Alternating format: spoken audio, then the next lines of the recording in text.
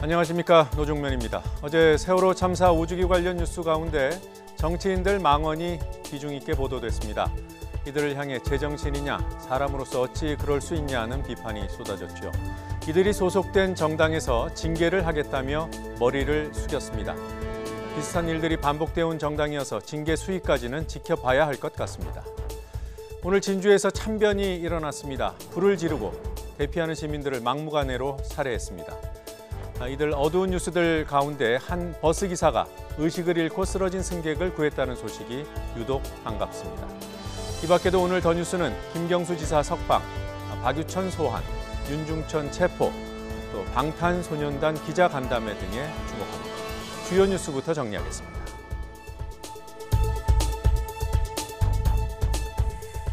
잊을만 하면 반복되는 반사회적인 범죄가 또 일어났습니다. 오늘 새벽 경남 진주에서 40대 남성이 자신의 아파트에 불을 질렀습니다. 대피하는 주민들을 기다렸다가 마구 흉기를 휘둘러 10대 어린이 2명을 포함해 5명이 숨지고 5명이 다쳤습니다. 8명은 연기를 마셔 병원으로 옮겨졌습니다. 아직 뚜렷한 범행 동기가 밝혀지지 않은 가운데 경찰은 프로파일러 2명을 포함한 전담 수사팀을 꾸렸습니다. 드루킹과 댓글 조작을 공모한 혐의로 1심에서 법정 구속된 김경수 경남도지사에 대해 법원이 보석을 허가했습니다. 지난 1월 말 구속된 이후 77일 만입니다. 김 지사는 앞으로 불구속 상태에서 재판을 받게 됩니다.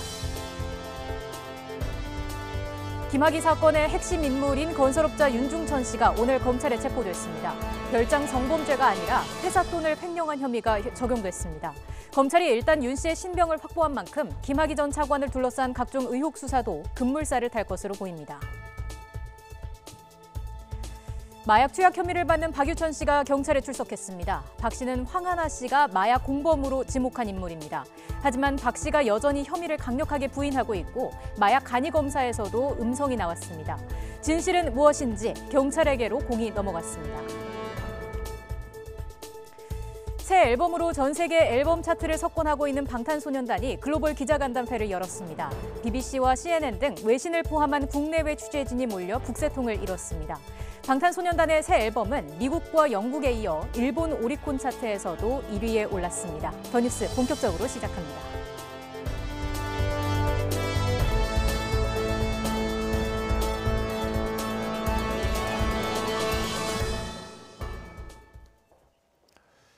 드루킹 댓글 조작의 공모한 혐의로 1심에서 법정 구속된 김경수 경남지사가 보석으로 풀려나게 됐습니다.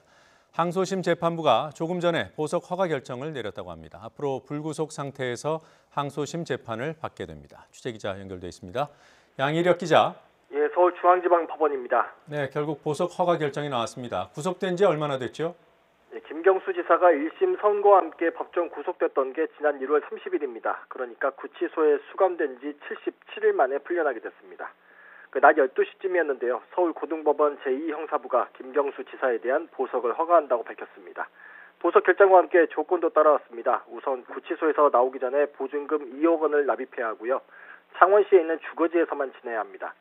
재판 등으로 법원에 소환될 경우 반드시 정해진 일시와 장소에 출석해야 하고 출석이 어려운 정당한 사유가 있으면 미리 법원에 신고해야 합니다.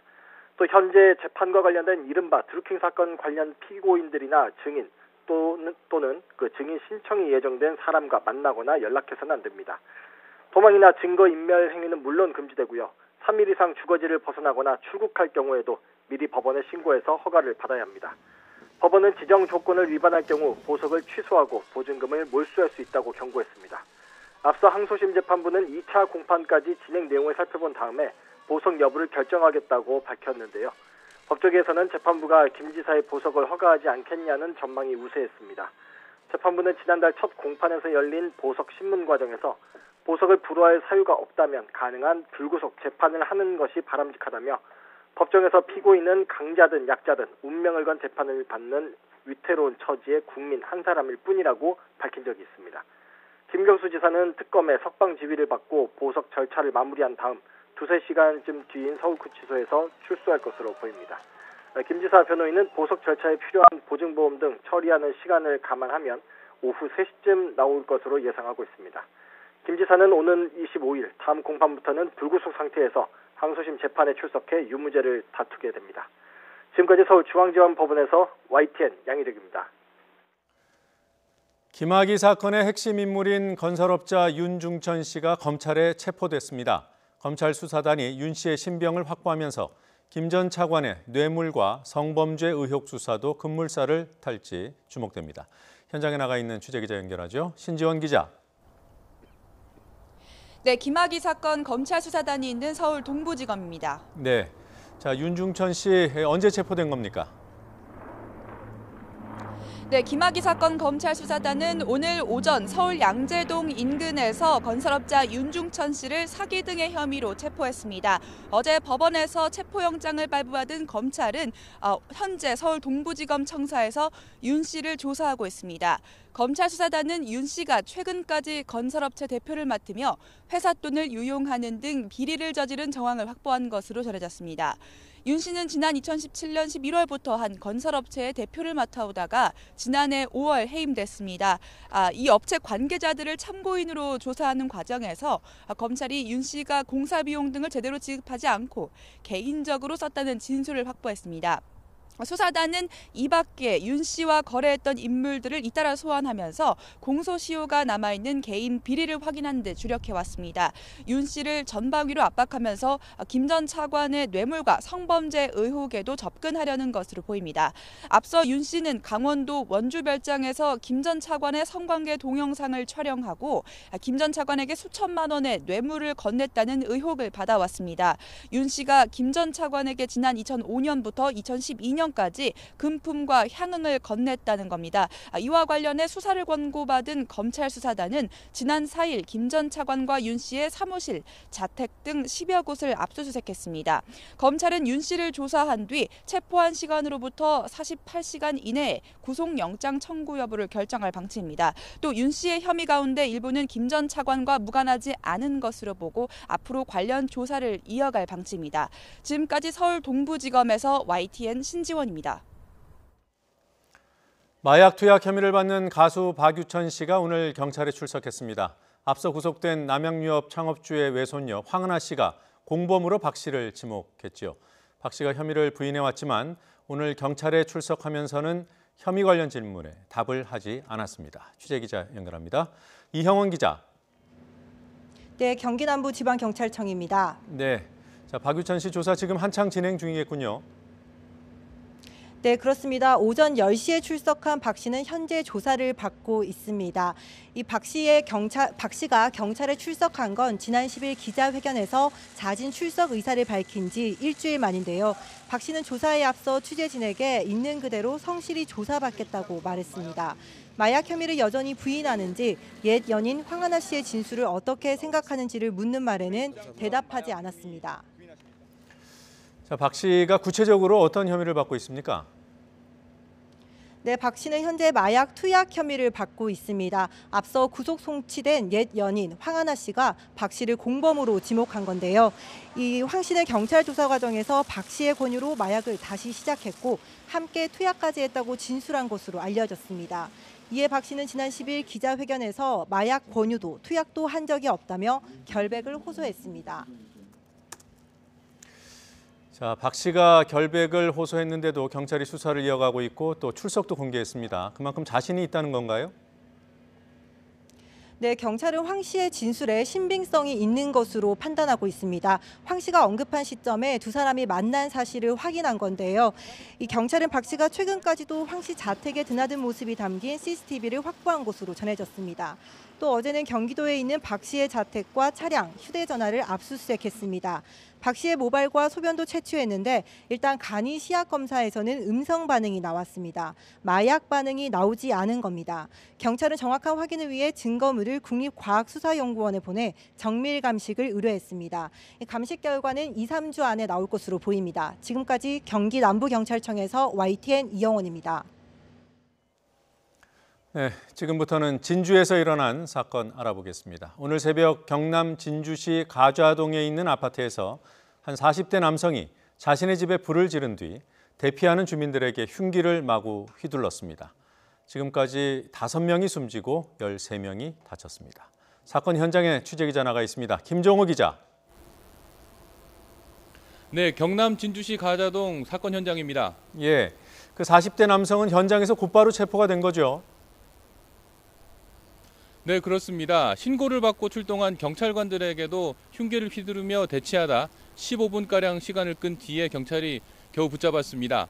오늘 사건은 새벽 4시 반쯤 지금 제가 나와 있는 가자동 아파트에서 벌어졌습니다. 이 아파트 4층에 사는 42살 안모 씨가 자신의 집에 불을 지른 뒤 대피하는 주민들을 상대로 무차별적으로 흉기를 휘둘렀습니다. 흉기에 5명이 숨졌습니다. 또 흉기에 찔린 5명과 연기를 마신 8명이 병원으로 이송됐습니다. 특히 사망자 가운데에는 10대도 2명 포함돼 안타까움을 더하고 있습니다. 게다가 숨진 10대의 경우 할머니도 숨졌고 어머니와 사촌 언니가 흉기에 중상을 입는 등 일가족이 참변을 당했습니다. 부상자들은 부근 병원 등으로 옮겨 치료받고 있습니다. 부상자 가운데서도 10대가 2명 포함돼 있습니다. 네. 자, 어처구니 없다는 표현으로는 모자란 사건입니다. 피의자가 아직 입을 열지 않고 있다고요? 네, 그렇습니다. 이 안 씨는 경찰 조사에서 변호사를 불러달라는 말을 말고는 다른 질문에 대해서는 말끝을 흐리거나 아예 입을 열지 않고 있다. 이렇게 경찰이 전해왔습니다. 이런 안 씨는 이곳에서 일정한 직업 없이 혼자 살았던 걸로 알려졌습니다. 기초생활보장 대상자로 의료급여까지 받고 있었던 걸로 확인됐습니다. 현장에서 만나본 아파트 주민들은 평소 안 씨가 주민들과 갈등이 많았다고 말했습니다. 층간소음 문제로 주민들과 다퉜고 이 과정에서 달걀을 집어던지기도 했다고 주민들이 전했습니다. 지난달에는 자신의 집에서 창밖을 보며 큰 소리로 욕설을 내뱉기도 했습니다. 아파트 관리사무소 직원들이 집을 찾았지만 마구 욕을 해 왜 그랬는지 물어볼 수도 없었다고 합니다. 오늘 새벽 경찰에 붙잡히고 나서는 다 죽였다고 외치는 것을 들었다는 주민도 있었습니다. 안 씨는 지난 2010년부터 공주치료감호소에서 수감됐다가 출소했던 거로 알려졌습니다. 경찰은 안 씨가 정신질환이 있다고 밝혔는데 구체적으로는 알려지지 않았습니다. 경찰은 범죄심리분석관 2명을 포함해 수사전담 기획단을 꾸리고 범행 동기 등을 집중적으로 조사하고 있습니다. 조금 뒤 오후 2시에 경찰은 진주경찰서에서 이번 사건 1차 조사 결과를 발표할 예정인데 YTN은 이 발표 결과를 생중계할 예정입니다. 지금까지 진주 사건 현장에서 YTN 김종호입니다. 네, 전해드린 것처럼 오늘 아침 경남 진주에서 5명이 사망하고 13명이 다치는 끔찍한 사건이 발생했습니다. 정확한 범행 동기는 수사가 진행돼야 드러나겠지만 범인이 자신의 처지를 사회 탓으로 돌리고 불특정 다수를 범행 대상으로 삼았을 가능성을 배제할 수 없습니다. 사회를 향한 보복범죄 과거 사례를 모았습니다. 1991년에 있었던 여의도 광장 차량 질주 사건 기억하는 분들 많으실 겁니다. 범인 김용진은 시력이 나쁘다는 이유로 직장에서 해고당한 것에 앙심을 품고 여의도 광장에서 차를 몰고 시민을 향해 돌진했습니다. 이 사고로 2명이 숨지고 21명이 부상했습니다. 김 씨는 경찰 조사에서 사회에 복수하고 싶었다고 진술했습니다. 10년 전 논현동 고시원 방화 사건은 오늘 진주에서 발생한 사건과 범행 형태가 매우 유사합니다. 범인 정상진은 고시원에 불을 지른 뒤 연기를 피해 복도로 나온 사람들을 향해 미리 준비해둔 칼을 휘둘렀습니다. 무려 6명이 숨지고 7명이 다쳤습니다. 예비군 훈련에 참가하지 않아 벌금이 부과됐고 이후 생활고를 겪었던 정상진은 세상이 자신을 무시한다고 말했습니다. 또 하나 기억을 자극하는 사례는 숭례문 방화 사건입니다. 국보 1호가 전소된 사건의 성격 때문에 관심은 숭례문에 집중됐지만 방화범 최종기는 토지 보상금 문제에 불만을 품고 엉뚱한 대상에 불을 질렀습니다. 그는 현장 검증 자리에서 대통령에게 하소연해도 들어주지 않았다며 대통령 잘못이 99.9%고 본인의 잘못은 0.1%라고 말하기도 했습니다. 울산 삼산동 살인 사건 비교적 최근에 일어난 사건입니다. 무직 상태였던 장성환이 가족들로부터 핀잔을 듣는 일이 반복되자 살인을 저질렀습니다. 주방에 있던 식칼을 가지고 나가 버스 정류장에서 여대생 1명을 살해했습니다. 범행 동기를 묻는 경찰의 질문에 대한민국이 싫다고 답했습니다. 사회적 불만을 이유로 살인을 저지르는 비중이 해마다 늘고 있습니다. 대검찰청 범죄 분석에 따르면 2015년에 37.7%에서 2016년에는 38.8%로 소폭 상승했고 2017년에는 전체 살인 사건 10건 중 4건 이상이 사회 불만에 따른 범죄였습니다. 대책이 필요해 보입니다. 오늘 진주에서 일어난 사건, 전문가와 함께 한 단계 더 들어가서 자세하게 짚어보겠습니다. 배상훈 전 경찰청 범죄심리분석관 전화 연결돼 있습니다. 교수님 안녕하십니까? 네, 안녕하세요. 네, 다시 좀 짚어보겠습니다. 오늘 새벽 4시 때에 방화와 흉기 난동이 일어났습니다. 이게 주민들이 쉽게 대피할 수 없는 시간대인데 계획적 범행으로 봐야 될까요? 아무래도 이제 계획적인 건 내재적으로 계획되어 있는 것 같습니다. 네. 평소에 이제 가지고 있던 어떤 분노나 스트레스가 머릿속의 계획으로 충동적으로 폭발한, 그러니까 충동성과 계획성이 공존하는 계획성이라고 볼 수 있는 거죠. 그 숨진 피해자들은 급소를 찔린 것으로 보인다. 이런 소방당국 관계자의 말도 나왔는데 이 역시 좀 계획적인 부분에 해당이 될까요? 아무래도 이제 정확한 마구잡이의 형태의 공격성이 아니라 네. 특정한 형태의 한 곳, 두 곳 이런 걸 노린 거로 봤을 때는 분명한 계획성이 존재한다고 볼 수 있는 거죠. 예, 범인은 자신의 집에 먼저 불을 질렀고요. 아파트 2층 입구에서 주민들이 나오기를 기다렸다가 흉기를 휘두른 것으로 조사가 됐습니다. 범인 안 씨의 심리 상태를 어떻게 분석해야 될까요? 아무래도 이제 이런 범죄 유형을 이제 권위살인 혹은 오소러티 킬링이라는 개념을 쓰는데요. 네. 자기의 어떤 사회적 불만, 자기가 가진 불만을 외부로 표출하는 데 있어서 특정하게 자기보다 힘이 약하고 제가 쉽게 접근할 수 있는 대상을 선정해서 계획을 가지고 공격하는 이런 형태의 심리 상태를 볼 수 있는 거죠. 예. 근데 안타까운 게 사망자의 어린이도 포함이 되지 않았습니까? 사회적 불만을 품고 저지른 이런 범죄의 표적이 어린이, 이런 사회적 약자의 경우가 많습니까?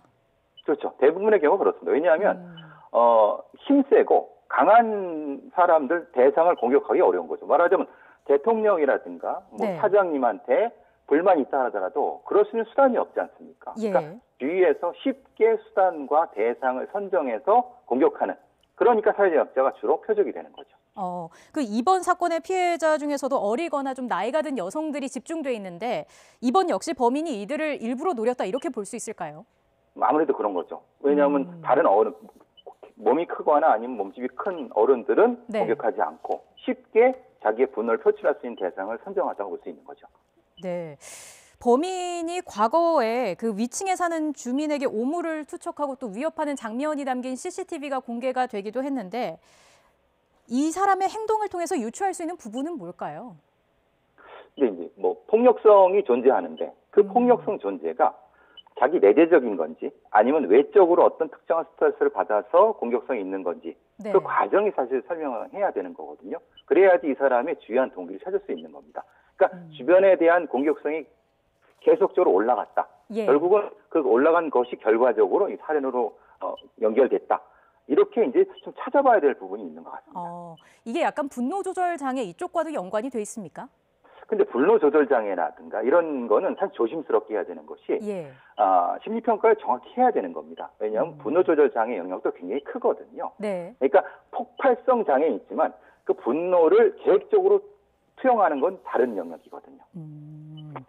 오늘 현장에서 피의자가 검거되지 않았습니까? 이 예. 범인은 달아날 생각을 하지 않았던 걸까요? 보통 권위살인자, 어스러트 킬링의 살인자들은 네. 달아나지 않습니다. 왜냐하면 자기는 굉장히 당연한 일을 했다. 이라는 생각을 하기 때문에 나는 할 일을 했다. 이런 식의 생각을 가지기 때문에 예. 달아나는 것보다는 거기서 저항하거나 무엇인가 표출하려고 하는 것이 보통의 심리 상태입니다. 또 하나 이 범인의 심리 상태가 궁금한 점이 경찰에 검거됐을 당시에 임금체불로 불을 질렀다 이렇게 얘기를 했는데 막상 경찰 조사에서는 입을 열지 않고 있다고 하더라고요. 심리가 뭘까요? 그러니까 그 임금체불이라든가 네. 층간소음이라든가 이런 것들은 일종의 부수적인 요인인 거죠. 자기가 가지고 있는 가지고 있을 거라고 자기가 망상적으로 가지고 있는 어떤 것은 네. 이런 어떤 경찰이나 이런 사람들이 말하는 것이 아니라 좀 더 큰 대상, 예를 들면 대통령이라든가 큰 사람한테 말할 것이다 라는 식으로 머릿속으로 가지고 있는 거죠. 심리 상태가. 예. 무차별적인 살해가 이루어지는 경우에 가해자가 정신병력이나 정신질환을 주장하는 경우가 많다고 하는데 사실인가요? 그렇죠. 그런데 그건 결과일 수가 있습니다. 네. 그러니까 자기가 가지고 있는 분노라는 것이 어떤 것부터 이제 연결돼 있다라고 주장을 하는 거죠. 그건 예. 주장일 뿐인 거고, 구체적으로 그게 실제 존재하는 것은 분석을 해봐야 되는 겁니다. 근데 이번에 김성수법이 통과되면서 심신미약 감경 조항이 삭제되지 않았습니까? 예. 지금 같은 경우는 이 사람은 심신미약이 적용되는 건 아닙니다. 왜냐하면은 살해를 할 당시, 불을 지를 당시에 사람이 자기가 무슨 행동을 했는가를 정확히 인식하고 있었기 때문에 이건 심신미약하고는 관련이 없는 겁니다. 예. 글쎄요, 아파트 주민들의 정신적 고통이 상당히 클 것 같습니다. 어떤 조처가 필요할까요?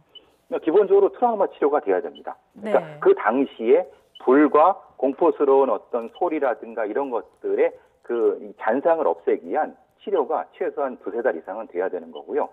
꾸준한 상담이라든가 같은 주변의 지지 이런 것이 필요하죠. 예, 이 무차별적인 범죄, 그러니까 사회에 대한 불만이 잔혹한 행위로 표출이 이렇게 되고 있습니다. 예방법이 좀 필요할 것 같습니다. 어떤 대책이 필요할까요? 사실은 이런 범죄 같은 경우는 징후가 존재합니다. 갑작스럽게 폭발하는 경우는 거의 없습니다. 즉 작은 것부터 무엇인가 표출되는 거죠. 그 작은 것 표출될 때 선제적으로 뭐 치료를 한다든가 상담을 한다든가 그럴 수 있는 제도적인 마련. 예를 들면 지역사회보건센터라든가 정신보건센터에서 미리미리 이걸 접근하는 방법들을 우리 사회가 개발해내야 되거든요. 지금 개발되지 않은 상태이기 때문에 이런 문제가 벌어지는 겁니다. 예. 자, 마지막으로요. 저희가 언론에서 묻지마 범죄라는 표현을 많이 쓰지 않습니까? 예. 이 표현이 맞는 건가요? 아닙니다. 묻지마 범죄란 말은 필요 이상의 공포를 주는 겁니다. 실제로 범죄를 저지르는 사람들은 분명한 동기를 가지고 있습니다. 그것을 바로바로 또 분석하지 못할 뿐이지 그걸 일종의 어떤 얘기를 할 때 막연한 공포를 주는 방식의 묻지마, 무동기 이렇게 걸 함부로 쓰는 것은 지양해야 되는 것이고요. 정확한 필요성, 그러니까 이 사람의 분노 아니면 어떤 형태의 그 동기 이런 식으로 얘기가 돼야 되는 거죠. 그럼 묻지마 범죄를 좀 대신할 단어가 있을까요? 아무래도 뭐 일종의 뭐 아까 말씀드린 것처럼 스트레스 범죄라든가 아니면 어떤 형태의 뭐 그 사람이 주장하는 바는 아니라 하더라도 처음에는 굳이 이걸 특정할 필요는 없습니다. 왜냐하면 이런 어떤 아까 말씀드린 것처럼 사고, 난동 이렇게까지 표현하지는 않겠지만 결과만 가지고 표현하면 되는 겁니다. 그 앞에 무엇인가를 붙이는 건 사실은 미리 할 필요는 없는 거죠. 네, 알겠습니다. 오늘 말씀 여기까지 듣겠습니다. 배상훈 교수였습니다. 고맙습니다. 감사합니다.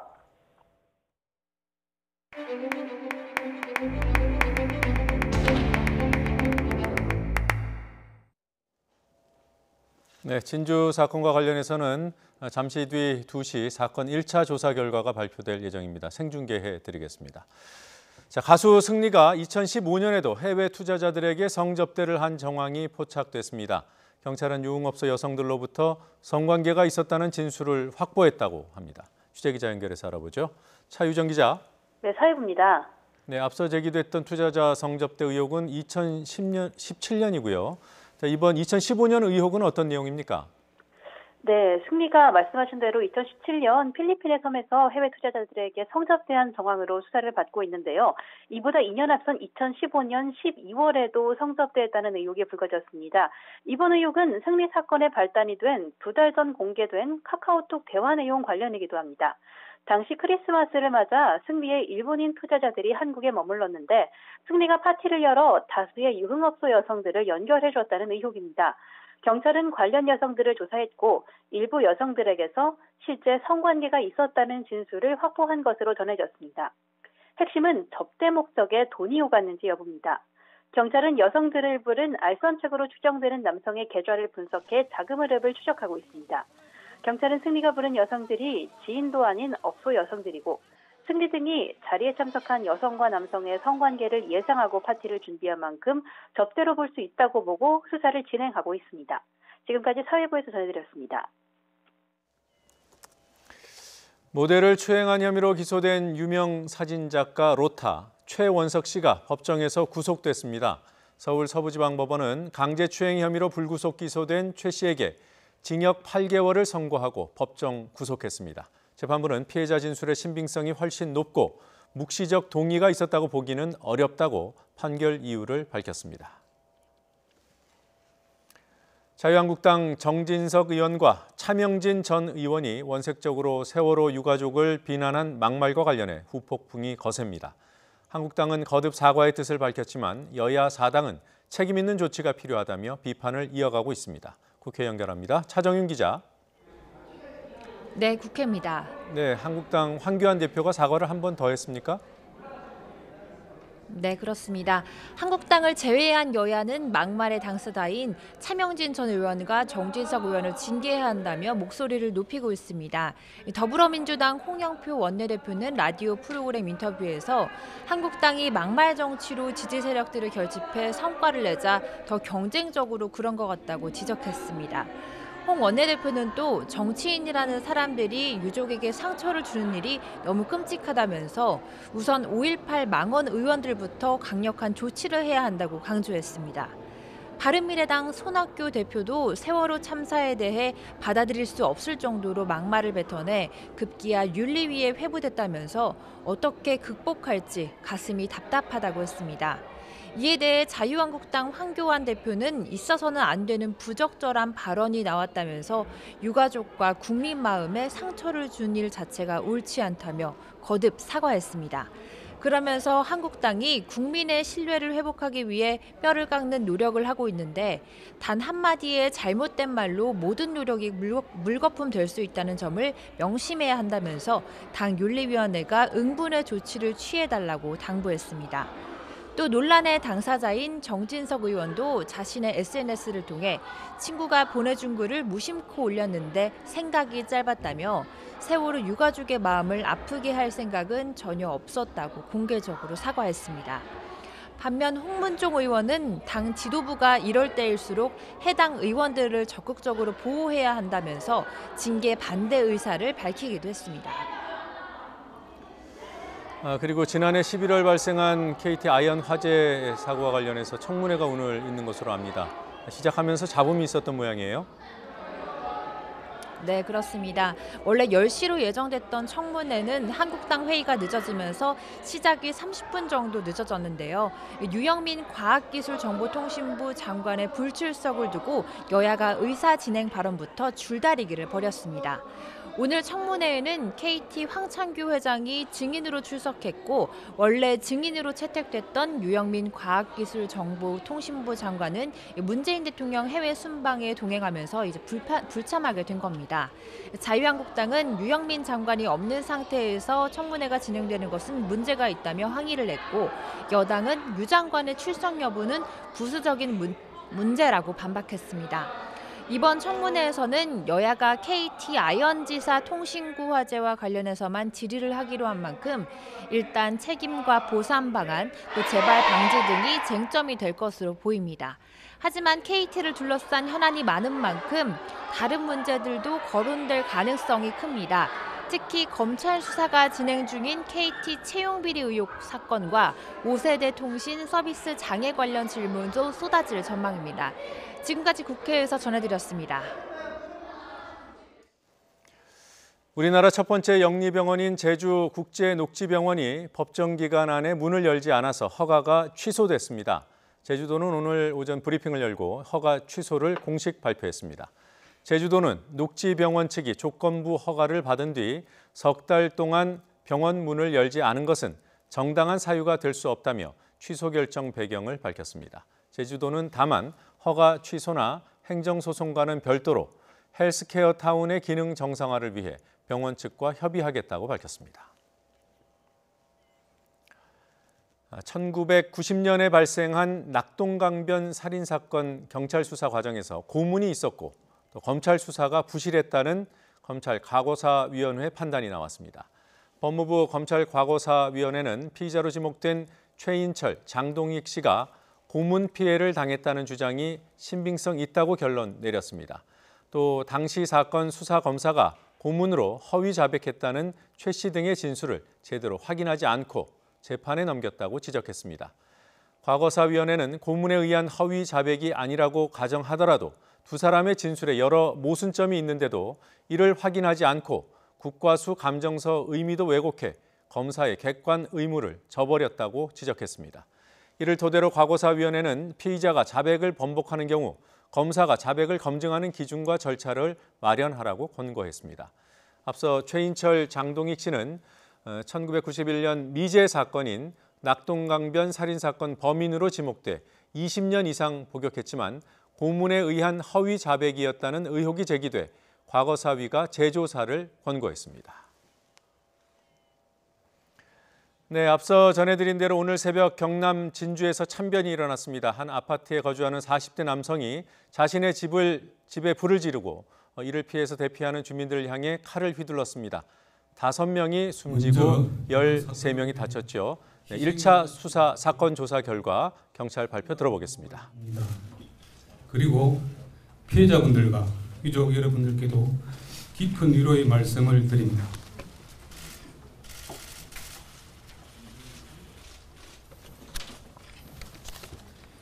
지금부터 오늘 새벽 진주시 가자동 소재 아파트 주거지에 불을 낸 후 대피하는 주민들에게 흉기를 휘둘러 5명을 살해하고 13명을 다치게 한 사건에 대해 브리핑을 실시하겠습니다. 먼저 사건 개요입니다.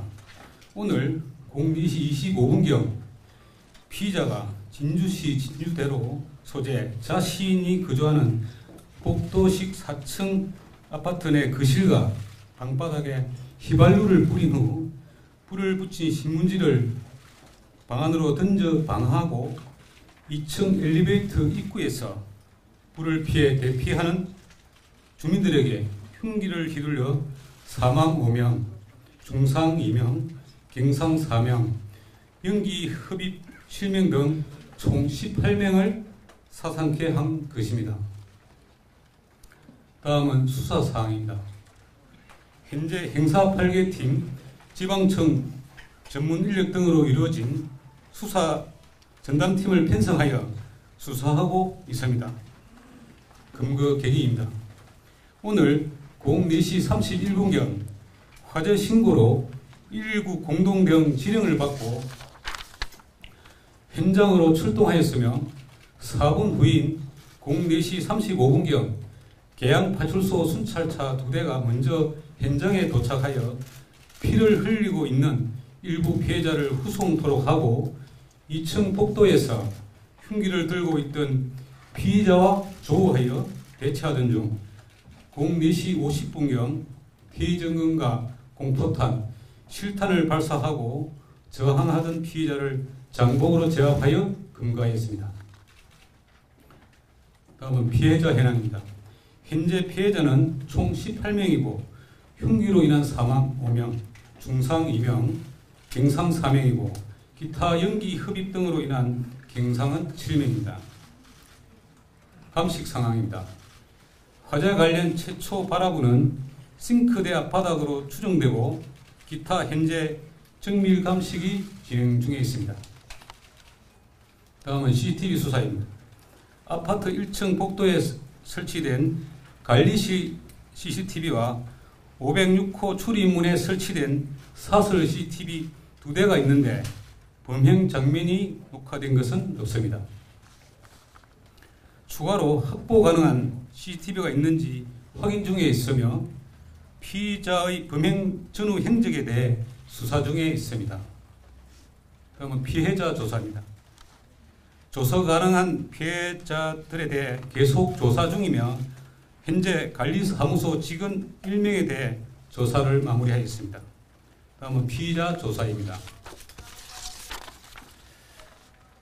오늘 오전 지방청 프로파일러를 투입하여 피의자에 대해 조사한 바 피의자는 해당 아파트에 2015년 12월부터 입주하여 혼자 생활해 왔으며 오늘 자신의 범행에 대해 시인하고 있으나 범행 동기에 대해서는 자신을 음해하려는 세력에 대해서 방어하기 위해서 그랬다는 등 횡설수설하고 있어 가족, 주민들을 상대로 계속 수사할 예정입니다. 다음 피해자 보호활동입니다. 도내 피해자 전담 경찰관 30명을 현장에 투입하여 피해자 심리 상담 등 지원에 만전을 기하고 있으며 추후 경남도 및 진주시와 협의하여 피해자 보호 및 지원에도 만전을 기하도록 하겠습니다. 향후 예정 사항입니다. 추가 확인되는 사항이 나오는 대로 계속 브리핑 자료를 제공하도록 하겠습니다. 이상 브리핑을 마치도록 하겠습니다. 질문. 네, 서경방송의 조승우 기자입니다. 피해자는 평소에도 주민들이랑 이런 갈등이 많았던 것으로 알고 있는데요. 이런 상황이 조금 벌어질 거를 알고 대처를 하셨는지 경찰에서 많이 출동했다고 하더라고요. 그리고 또 이분이 정신병력이 있다고 들었는데 그 정신병력자 같은 경우에는 출소 후에 따로 또 관리하는 시스템이 있는지 좀 궁금합니다. 그 아파트 그 단지 내에서는 그 금년 들어서 그 총 5건의 112 신고가 있었습니다. 그 우리 피의자와 관련된 있었는데 그 중에서 그 한 건은 이제 그 다른 별개의 주민이고 그 바로 위층에 사는 그 506호 그 피해 주민 그쪽하고는 이제 뭐 이렇게 평소 그 아파트 어떤 층간 소음이라든지 뭐 위에서 자기 쪽에 어떤 그런 뭐 먼지나 벌레 등을 이렇게 떨어뜨린다는 이런 서로 간의 어떤 그전에 어떤 그런 좀 시비가 계속 이제 되고 있었고 그런 어떤 112 신고 내용들이 다 그냥 간단한 어떤 시비 소란이었고 한 번은 그 행간 그 출입문에 그 간장하고 그 식초를 섞어서 뿌린 그 부분에 대해서는 저희 경찰서에서 그 재물 손괴로 행사 입건해서 지금 송치한 상태입니다. 그리고 네, 진주경찰서의 1차 조사 결과 브리핑이 있었습니다. 이번 사건과 관련해서 새롭게 들어오는 소식들은 또 추가로 들어오는 대로 전해드리도록 하겠습니다. 다음 소식입니다. 화재로 큰 피해를 본 파리 노트르담 대성당의 처참한 내부가 모습을 드러냈습니다. 아름다웠던 천장에는 커다란 구멍이 났고 성당 곳곳에는 불에 탄 목재와 검게 그을린 돌무더기 등이 어지럽게 널려 있습니다. 이동우 기자입니다. 웅장하고 아름다웠던 노트르담 성당의 천장에 커다란 구멍이 뚫렸습니다. 가장 먼저 불이 시작된 첨탑과 지붕의 3분의 2가 무너져 내린 것입니다. 중세 교회 건축인 고딕 양식의 특징인 아치와 둥근 지붕을 만들기 위해 800년 이상 된 참나무를 갈비뼈처럼 촘촘히 박은 내부 구조물이 모두 타면서 성당 곳곳에는 그 잔해들이 어지럽게 널려 있습니다. 바닥에는 불에 탄 목재와 검게 그을린 돌무더기가 폭격을 맞은 듯 엉켜있고 화재 진압을 위해 뿌려진 물이 고여있어 당시 참혹했던 상황을 짐작할 수 있습니다. 장미창으로 불리는 화려한 원형의 스테인드 글라스는 비교적 온전했습니다. 하지만 유리를 연결하는 납이 일부 녹아내려 보수 공사를 해야 할 것으로 보입니다. 성당 뒤쪽 황금색 십자가는 물론 상당수 예술품과 성물은 소방관 등의 헌신적인 노력 덕에 화마를 피할 수 있었습니다. Notamment pour la préservation des œuvres avec Monseigneur, avec le ministère de la Culture, la ville de Paris, nous avons mis en place. 석조뼈대 등 내외부 석조 구조물 대부분은 보존됐지만 대성당 외벽 곳곳에 가골이라 불리는 귀수 모양의 석조 장식물은 일부 훼손된 것으로 알려졌습니다. 프랑스 정부는 노트르담 성당 구조상에 아직 위험이 있다며 철저한 조사와 안전 진단을 한 뒤 성당을 재건해낼 것이라고 밝혔습니다. YTN 이동호입니다. 새 앨범 발표와 동시에 미국과 영국, 일본 등 세계 차트를 잇따라 석권한 방탄소년단이 오늘 글로벌 기자간담회를 열었습니다. 취재기자 연결해서 자세히 알아보겠습니다. 신웅진 기자. 네, 문화부입니다. 네, 기자간담회 전부터 관심이 뜨거웠습니다. 전 세계로 생중계까지 됐죠? 네, 기자회견은 오늘 오전 11시 서울 동대문 디자인 플라자에서 열렸습니다.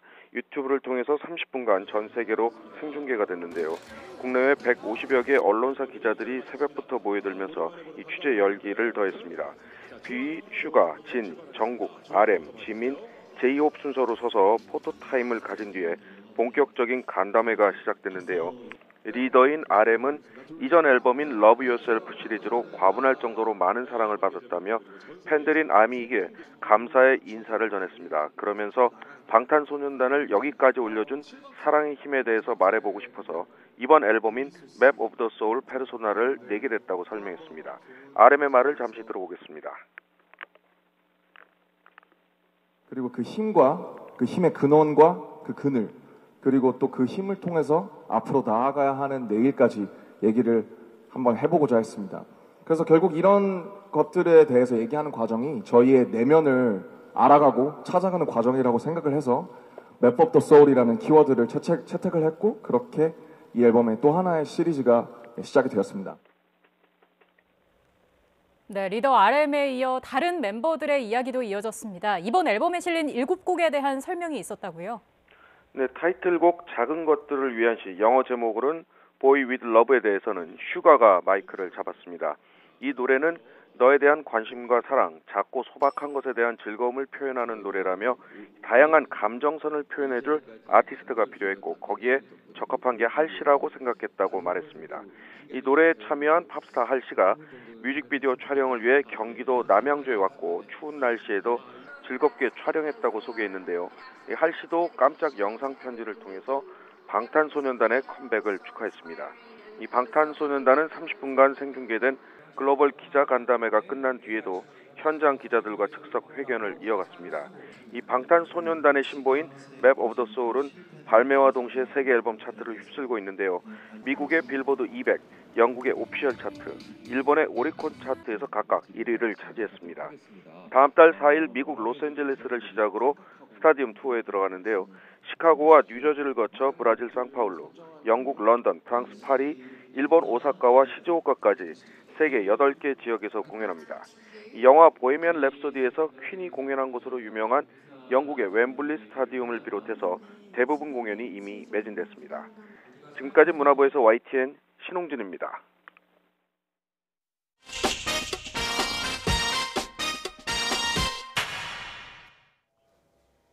북한의 최고 권력자는 연말 시한을 제시하며 북미 회담을 한 번은 더 해볼 수 있다고 했습니다. 미국 대통령은 대화는 좋지만 서두르지는 않겠다는 말로 응수했습니다. 한국 대통령은 시기 장소의 구애 없이 남북 정상부터 만나자고 제안했습니다. 여기에 플레이어가 하나 늘었습니다. 러시아. 북한과 러시아의 정상회담이 임박한 것으로 보입니다. 미국은 급히 모스크바에 사람을 보냈습니다. 긴박하고 복잡한 상황이 벌어지고 있습니다. 여의도의 훈장, 정치구단, 박지원 민주평화당 의원과 얘기 나눠보죠. 어서 오십시오. 안녕하세요. 안녕하세요. 자, 국내 정치 얘기 잠깐 하고 본론으로 들어가겠습니다. 김경수 지사 석방 어떻게 보셨습니까? 사법부의 결정을 존중해야 됩니다. 네. 그리고 아주 환영합니다. 저는 처음 재판할 때부터 사법부에서 350만의 경남 도민을 위해서 최소한 불구속 재판을 했어야 옳다. 예. 그리고 과거에 홍준표 전 지사도 불구속 재판했지 않는가. 그런데 이번에 고등법원에서 아주 좋은 결정을 했다. 저는 이렇게 봅니다. 혹시 봐주기 결정 아니냐 이런 지적이 나올 수 있지 않을까요? 글쎄 요즘 세상에 봐주기 결정했다고 하려면은 아마 1심에서부터 봐줬을 겁니다. 그렇게 지금 사법부가 개혁 중에 있고 저는 그 일부 김경수 지사 측에서 그 반발을 할 때도 저건 옳지 않다. 최소한 사법부의 결정을 존중하면서 3심제이기 때문에 정당한 재판에서 싸워야지 그걸 불복하면서 하는 것은 옳지 않다라고 했는데 역시 고등법원에서 저러한 결정을 한 것은 350만 경남 도민과 또 김경수 지사를 위해서도 충분히 방어권을 행사할 수 있는 기회를 줬기 때문에 아주 좋은 결정이다 이렇게 봅니다. 자, 지난주 이 시간에 나오셔서 그 손학규 대표 만나서 실제 말로 보따리 싸가지고 나와라 이렇게 설득하실 예정이라고 했는데 만나지 못했죠? 만나지는 못했어요. 예. 전화만 통화했는데 우선 주말에 저도 금기원에 목포 가야 되고 네. 또 손학규 대표가 휴가를 간다고 했더니 휴가를 취소했더라고요. 그러나 통화를 해서 얘기는 나누었습니다. 어떤 얘기를 나누셨습니까? 아직 제가 받은 감은 손학규 대표가 아직은 네. 바른미래당 내부 문제를 좀 정리해야 되겠다 하는 감을 받았습니다. 네. 그리고 지금 현재 어떻게 됐든 지금 계산해 보면은 바른미래당은 이제 한 지붕 네 가족이에요. 두 가족이 아니라. 어떻게 네 가족입니까? 손학규, 유승민, 안철수 또 국민의당계 네. 그래서 어떻게 됐든 정체성이 다른데 저는 손학규 대표가 10% 지지도가 올라갈 때까지 추석까지 기다리겠다. 거기에 대해서는 저도 의문을 갖지만 또 당 내부에서 뭐 퇴진하라고 요구도 하고 최고위가 구성되지도 않고 안타까운 심정입니다. 뭐 일단은 보면 그러면 추석까지 10% 당 지지율을 올리겠다고 했는데 그때까지 시간표상 민주평화당이 기다릴 수 없는 거 아니에요? 뭐 기다리고 안 기다리고 그게 문제가 아닙니다. 일단은 물 건너갔다고 볼 수 있는 거죠? 그렇지는 않죠. 정치는 생물이고 어젯밤에도 한 10분 정도 우리 의원들하고 만나서 얘기를 했지만은 구체적인 얘기를 나오지는 않았지만 손학규 대표가 어떠한 중심을 잡기를 좀 시간적 여유를 주고 기다려본다 하는 그런 생각을 갖습니다. 그러면 손학규 대표 배제하고 다른 그 국민의당 출신 그 바른미래당의 호남 의원들과 통합을 모색하는 일은 무리하게 추진 안 한다. 이게 민주평화당 입장인가요? 그런 얘기도 왔다 갔다 하지만은 그럴 필요가 있겠느냐 하는 생각도 같습니다. 그러니까 만약에 합치게 되면은 손학규 대표가 같이 해야 된다 이렇게 보시는군요. 그런 의견들이 많지만은 만약 손학규 대표가 결정하지 않는다고 하면은 또 다른 방향으로 진전이 될 수도 있다. 그러나 아직까지 거기까지 얘기는 되지 않았습니다. 그러니까 어제 조금 전에 말씀하신 게 모였다라는 게 그 중진 만찬 말씀하시는 거죠? 그렇죠. 거기에 박주선 의원, 바른미래당 의원이 참석했어요? 혼자 왔나요? 뭐 김동철 의원도 온다고 그랬는데 낮에 우연히 조의에서 물어보니까 다른 모임이 있어서 조금 늦게 오든지 어쩌면 못 오겠다라고 하더니 안 왔더라고요. 그러니까 박주선 의원 혼자 왔어요. 그렇죠? 그런데 이제 기자들한테 알려져 가지고 모두 사진 찍고 난리가 나니까 박주선 의원이 본래 자기 다른 약속도 있고 하니까 먼저 가도록 그렇게 합의가 됐어요. 빨리 가시는 게 좋겠다. 그리고 우리끼리 앉아서 여러 얘기를 나누면서 저녁 식사를 했지만 구체적으로 어떤 대화가 있었던 것은 아닙니다. 그러나 거기 모였던 자체가 그러한 것을 추진하기 위해서 한 거니까 이심전심 서로 통했다 이렇게 보면 됩니다. 서두르지는 않겠지만 추진을 한다 이런 말씀이신가요? 당연히 해야죠. 그러면 바른미래당 쪽에서 개별적으로 민주평화당에 입당하는 일은 없습니까? 거기까지 지금 나갈 필요는 없다고 생각해요. 만약 손학규 대표가 그러한 결정을 해주지 않으면은 그런 가능성도 있을 것이다. 배제하지 않습니다. 그러니까 개별적으로 바른미래당을 나와서 민주평화당과 합치는 일을 배제하지는 않는다. 그렇죠. 알겠습니다. 그렇기 때문에 그분들이 거듭 말씀드리지만 민주평화당으로 오기가 곤란하면은 또 그분들과 함께 제3지대에서 구성할 수도 있기 때문에 아무것도 결정되지 않았지만은 그런 공감대는 형성돼 가고 있다. 그리고 지금 손학규 대표가 결정을 할 수 있도록 몰아붙이지 말고 좀 기다려 보자 하는 것이 대개의 공감대입니다. 그러니까 1순위는 손학규 대표가 같이 다 나와서 제3지대에서 통합하는 것이고요. 당연하죠. 2순위는 손 대표는 못 나오더라도 다른 의원들이 함께 제3지대에서 기지를 트는 것이고. 그렇죠. 그리고 그것까지도 안 되면 개별적으로 민주평화당으로 들어오는 방안도 배제하지는 않는다. 그렇습니다. 알겠습니다. 자, 한반도를 둘러싼 수싸움이라고 해야 되나요? 이게 치열해 보여요. 이게 지금 그 비건 대북 특별 대표가 모스크바를 갑니다. 이게 북러 정상회담을 앞두고 가는 거죠. 그렇습니다. 무슨 메시지를 전할까요? 비건 대표로서는 과거 러시아는 육자회담의 한 멤버 아니었어요? 그리고 북한의 비핵화에 대해서 한반도 비핵화에 대해서 어떤 의미에서 보면은 참여를 실질적으로 해야 될 그런 나라이기 때문에 가서 원론적인 비핵화와 이번 북미 정상회담, 한미 정상회담에 대해서 좀 러시아에 설명하고 협력을 구하려고 할 겁니다. 그 구하려는 협력이 북한 너무 도와주지 말아달라, 조금 더 압박해야 우리랑 관계가 풀린다 이런 얘기를 하는 차원은 아닌가요? 저는 그렇게 봅니다. 그렇지만은 중국과 달리 러시아 푸틴 대통령은 미국하고 조금 어깃장 노는 네. 그런 정책을 지금도 많이 쓰고 있지 않습니까? 유일하게 네. 좀 자유스럽게 행동할 수 있는 분이 푸틴 대통령이기 때문에 그래서 김정은 위원장도 지금 시진핑 중국 주석과 얘기는 잘 안 풀리고 미국과 그렇게 되고 예. 그러니까 푸틴 대통령을 만나서 경제 지원 등 여러 가지 문제를 할 겁니다. 네. 과거 김일성, 김정일 그 지도자들도 항상 소련과 중국, 러시아와 중국 등거리 외교를 해가지고 네. 실리를 택하는 그걸 답습하고 있는 거죠. 그렇지만 저는 거듭 말씀드리지만은 북한 핵 문제는 미국과 해결해야지 네. 러시아 푸틴과는 한계가 있다. 네. 그리고 역시 경제 제재나 체제 보장도 한계가 있기 때문에 만나는 보지만은 예. 결국 트럼프 대통령과 빠른 시일 내에 문재인 대통령이 권하는 대로 나가야 된다 이렇게 말씀드립니다. 네, 그게 이제 당위 차원에서 이제 이른바 훈수를 하시는 건데 김정은 위원장이 우리 박 의원님 훈수를 안 듣는 모양이에요. 아 그렇게 될 겁니다. 아, 그렇게 될 거라고도 전망하시나요? 그렇습니다.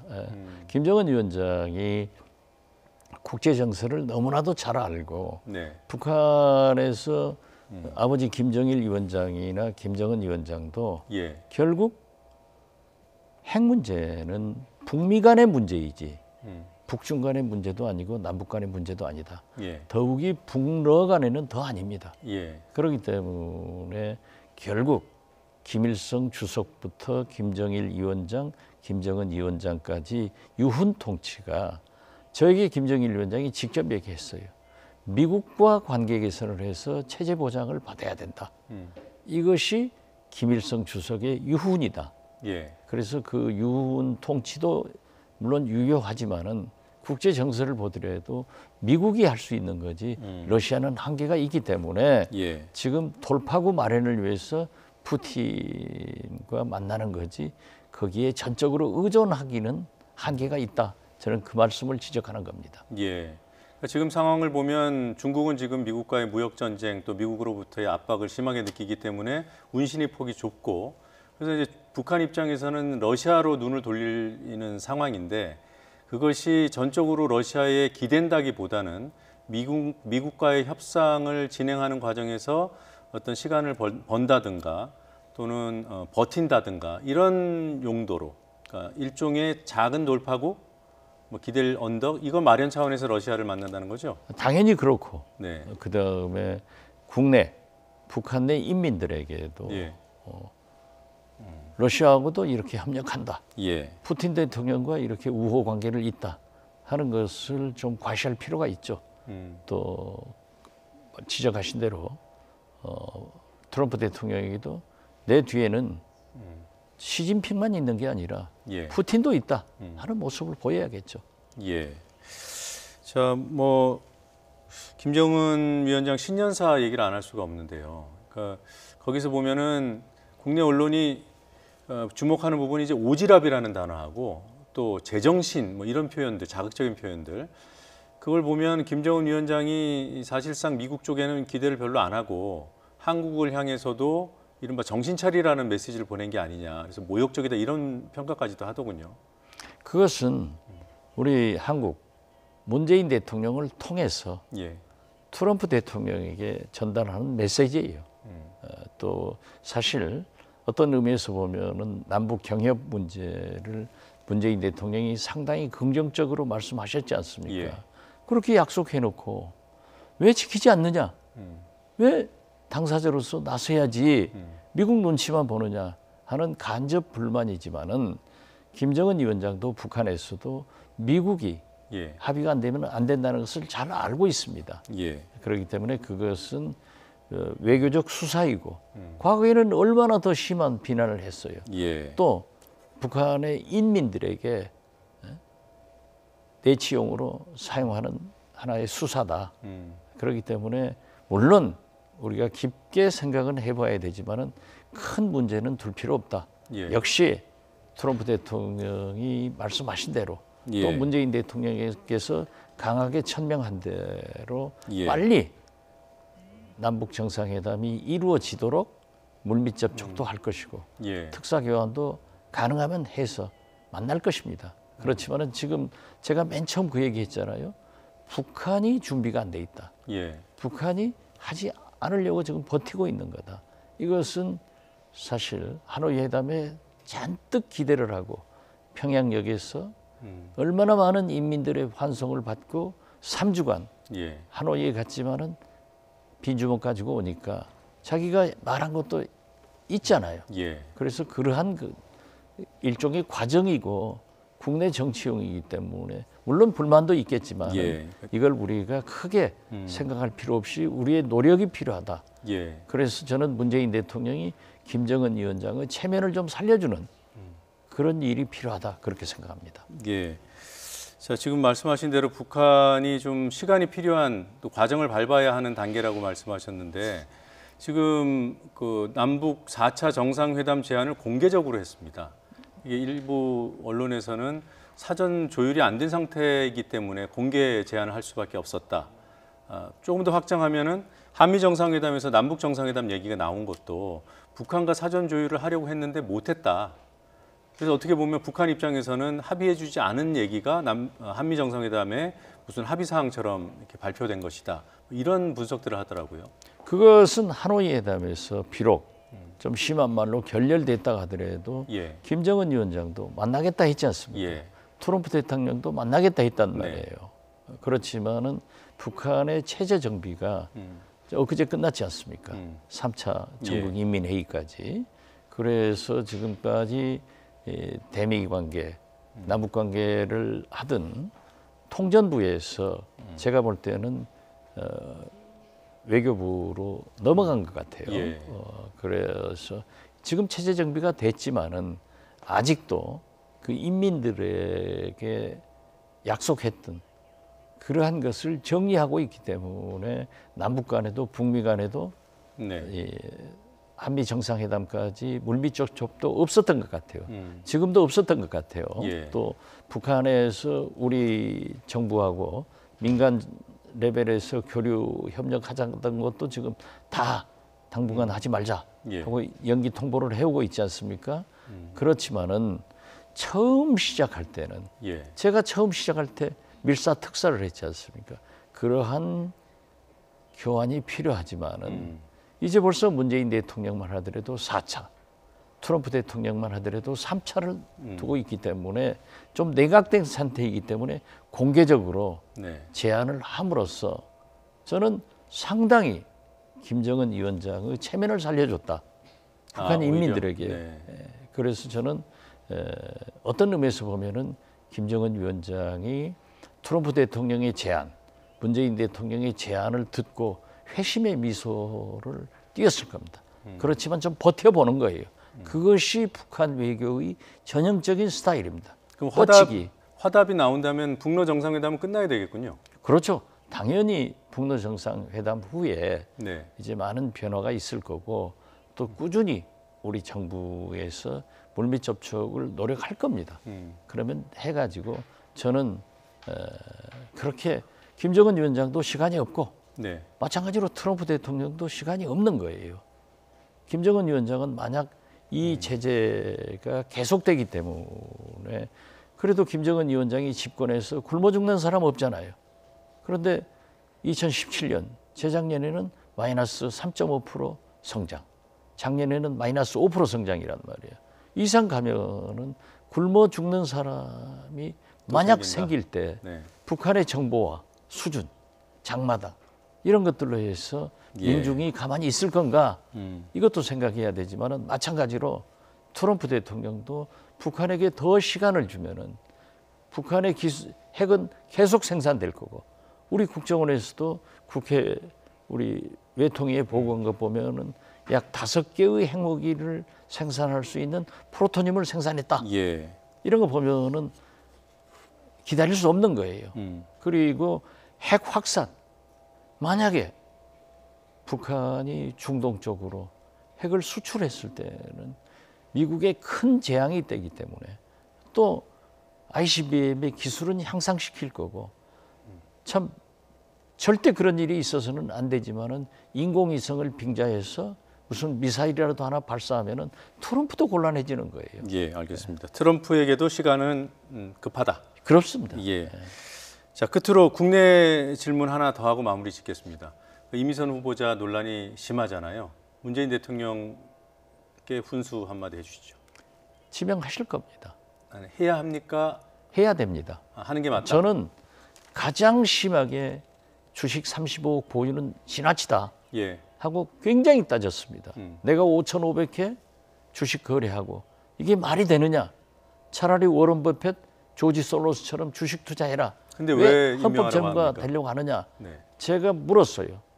만약에 헌법재판관이 취입하게 되면 주식을 팔 거냐. 주식 팔겠대요. 약속을 지켰어요. 그리고 지금 가장 헌법재판관이나 대법관의 문제인 사원암, 50대 예. 서원암, 서울대 50대 남성. 예. 여기에서 사지여, 여사지, 여성, 40대, 지방대학 출신. 네. 그리고 저는 찡한 게 이발사 딸이라는 거예요. 그래도 개천에서 용나는 그런 세상도 듣겠습니다. 되고 아주 훌륭한 재판관이기 때문에 저는 임명해야 된다. 이렇게 알겠습니다. 생각합니다. 네. 오늘 말씀 여기까지 듣겠습니다. 고맙습니다. 감사합니다.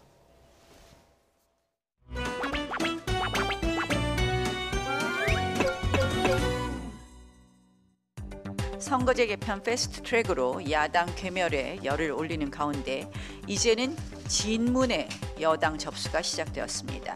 양정철 전 홍보기획비서관의 귀환과 윤영천 전 국민소통수석의 출마, 인재 영입이 아닌 진문 모시기에 나섰습니다. 한마디로 여당이 청와대 여의도 사무소가 되어가는 듯한 모습입니다. 이제는 진문의 여당 접수가 시작되었습니다. 해외 순방 가면 임명 가능입니다. 그 공식이 다시 재현될 상황입니다. 지금은 새로운 후보자를 물색해야 할 때입니다. 계속된 인사 검증 실패를 보여준 책임자를 경질해야 할 때입니다. 특히 조국 수석은 내년 총선 첫 출로까지 나오고 있는 상황입니다. 속히 청와대 민정수석직을 떠나서 총선 후보로 활동하는 것이 대한민국을 위해 도움이 될 것이라고 생각합니다. 해외 순방 가면 임명 강행입니다.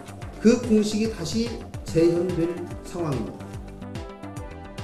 네, 지금 KT 화재 지금 우리 진행과 관련해서 자꾸 이렇게 시간 끌면은 결국에는 국민들이 보기에는 이거는 시간을 좀 이렇게 KT한테 좀 봐주려고 시간 자꾸 끄는 거라고 오해를 받을 수밖에 없습니다. 그러니까 지금 각 당의 입장을 들었으니까요. 이제는 바로 진행하는 게 어떨까. 그러니까 좀 양해해 주시면 지금 어차피 지금 청문회는 우리가 의결하고 좀 하려고 지금 이 많은 언론인도 이렇게 와 있는 상황에서 정말 누구에게 저는 너무 찌질하잖아요. 이렇게 하면. 그러니까 청문회를 진행했으면 합니다. 네, 지금 KT 화재 지금 우리 진행과 관련해서 자꾸 이렇게 시간 끌면은 정말 누구에게 저는 너무 찌질하잖아요. 이렇게 하면.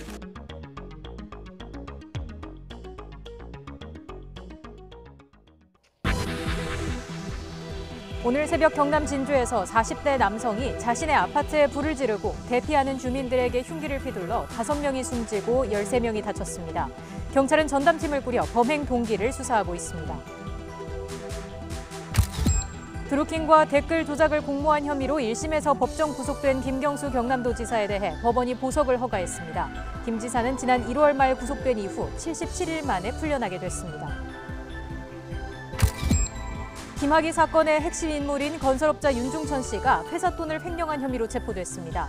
김학의 전 차관을 둘러싼 의혹 수사가 급물살을 탈 것으로 보입니다. 마약 투약 혐의를 받는 박유천 씨가 경찰에 출석했습니다. 박 씨는 여전히 혐의를 강력하게 부인하고 있어 경찰 수사에서 진실이 가려질 것으로 보입니다. 제주도는 병원 허가를 받고도 3개월 동안 병원 문을 열지 않은 이유를 들어 첫 번째 영리병원인 국제녹지병원에 대한 개원 허가를 취소했습니다. 새 앨범으로 전 세계 앨범 차트를 석권하고 있는 방탄소년단이 글로벌 기자간담회를 열었습니다. BBC와 CNN 등 외신을 포함한 국내외 취재진이 몰려 북새통을 이뤘습니다. 드루킹과 댓글 조작을 공모한 혐의로 1심에서 법정 구속됐던 김경수 경남지사가 보석으로 풀려나 앞으로 불구속 상태에서 재판을 받게 됐습니다.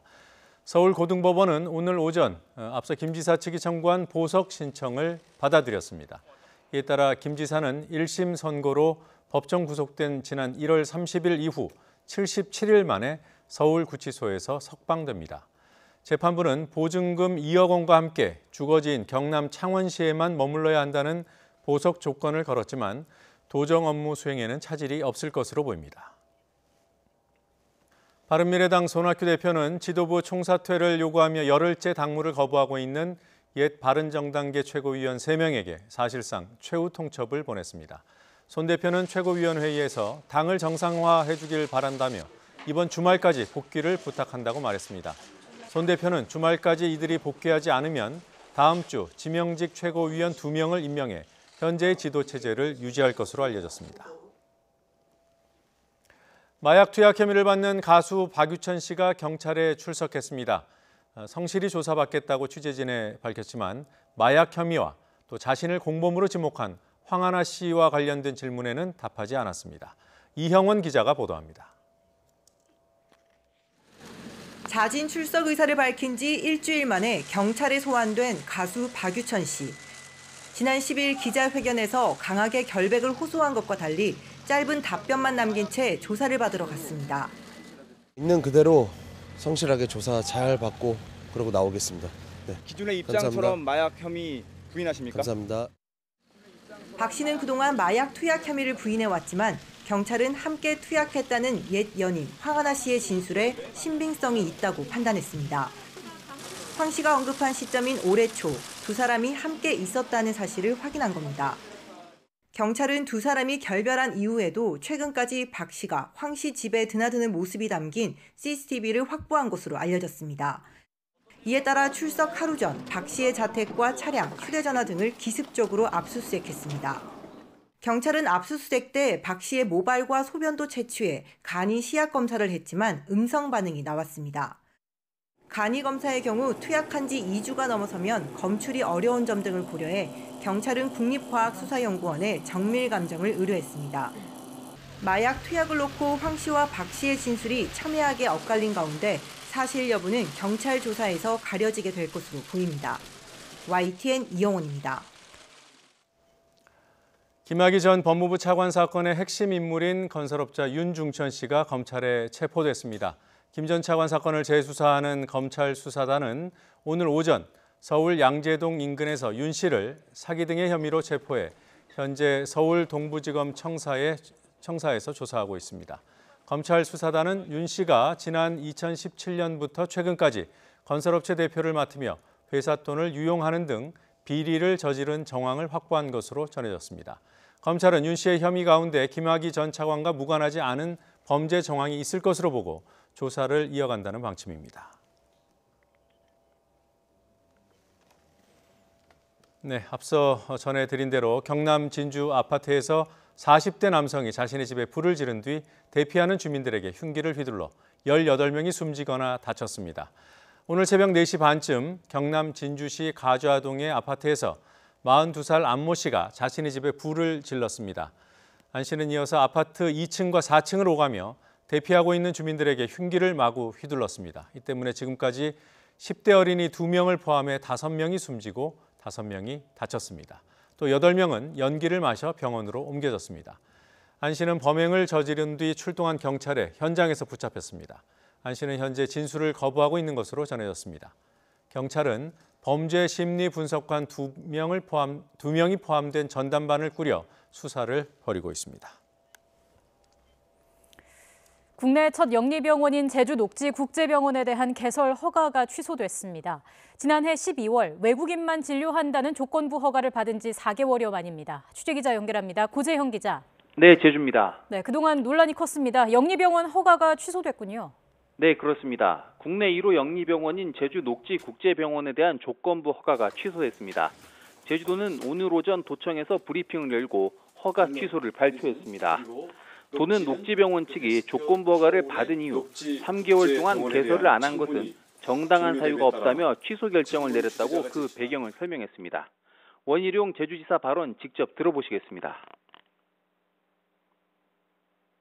녹지병원 측이 정당한 사유 없이 현행의료법에서 정한 3개월의 기한을 넘겨서도 개원하지 않았을 뿐만 아니라 개원을 위한 실질적인 노력도 없었다고 판단하고, 녹지병원 측은 지난해 12월 5일 제주도로부터 외국인 진료만 가능한 조건부 개설 허가를 받았는데요. 하지만 내국인 진료도 허용해야 한다고 주장하면서 개설 기한인 지난달 4일까지 병원 문을 열지 않았습니다. 결국 의료법에 정해진 병원 개설 기간이 모두 지나자 제주도는 의료법인 취소 절차를 밟았는데요. 취소를 위한 청문 절차를 지난달 26일 실시했고, 청문 주재자가 최종적인 결과인 청문 주재자 의견서를 지난 12일 제주도에 제출했습니다. 제주도는 청문 의견서를 받은 뒤 심사숙고해 조건부 허가 취소 결정을 내렸다고 밝혔습니다. 제주도는 또 취소된 녹지병원이 있는 헬스케어타운이 제대로 된 기능을 가질 수 있도록 제주국제제도시 개발센터 녹지 측과 함께 계속 협의해 나가겠다는 입장입니다.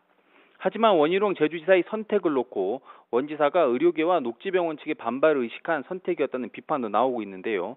내국인 진료를 제한해 공공의료 파괴라는 의료계와 시민단체의 우려와 반발을 가라앉히고 녹지병원 측에는 조건부 허가를 내줘 개원할 수 있도록 해 불만을 줄이려고 했다는 것입니다.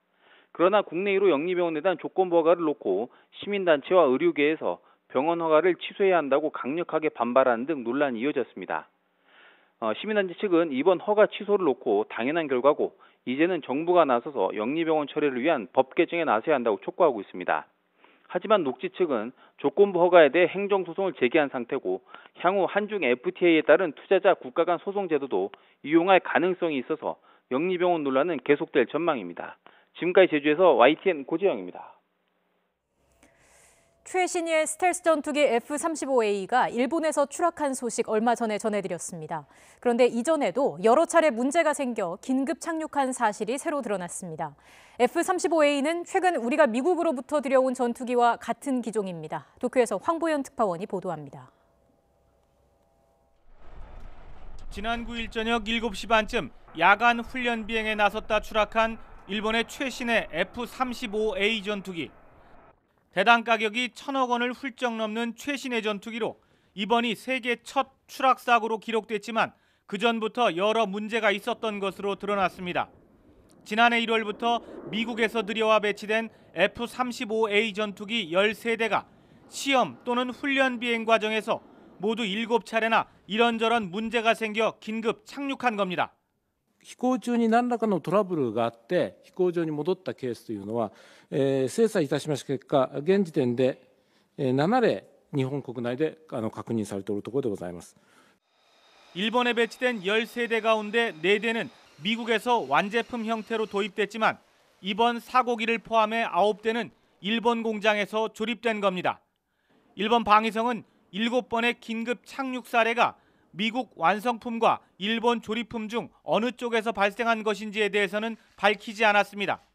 왜 7번이나 긴급 착륙을 했는지에 대해서도 답변을 피했습니다. 不具合につきましては部隊において日々起きた場合には適切に整備点検を行っているところでございますけれども、その逐一につきましてはお答えは差し控えたいと思います。 추락 전투기 수색 작업은 난항을 겪고 있습니다. 꼬리 날개 일부가 바다 위에서 발견됐지만 기체는 여전히 오리무중, 조종사 1명도 행방불명 상태입니다. 추락 예상 해역은 수심이 1,500m나 될 정도로 깊은 데다 낙차가 큰 울퉁불퉁한 해저 지형인 것으로 전해졌습니다. 墜落したそのものの地点はまだ特定されておりませんので、現在も潜水艦救難艦による海中の捜索も含めて 일본 방위성은 추락 전투기에 기밀 사항이 많아 일본이 주체가 돼 미국의 협력과 지원을 받아 확실히 원인을 규명하겠다고 밝혔습니다. 그러면서 조만간 미국에서 열리는 미일 안전보장협력위원회에서도 수색 관련 협의와 사고 원인 규명에 대해 논의할 예정이라고 전했습니다. 도쿄에서 YTN 황보연입니다. 자, 오늘도 고온 현상이 계속되고 있습니다. 동해안 지역은 기온이 27도 가까이 치솟았고 건조 경보까지 내려졌습니다. 날씨 알아보겠습니다. 권혜인 캐스터. 네, 평화의 공원에 나와 있습니다. 네, 오늘도 기온이 크게 올랐다고요? 네, 봄이 맞나 싶을 정도로 무척 따뜻한 날씨가 이어지고 있습니다. 강한 햇볕 아래 현재 서울 기온 21.8도까지 올랐는데요. 특히 동해안 지역은 부산 해운대의 기온이 26.6도까지 오르는 등 초여름 날씨가 이어지고 있습니다. 햇볕 아래에 서 있으면 다소 덥게 느껴지니까요. 옷차림 한결 가볍게 하시는 게 좋겠습니다. 따뜻한 남서풍이 불면서 대기는 더욱 건조해지고 있습니다. 현재 강원 영동 지역에는 건조경보가 내려졌고요.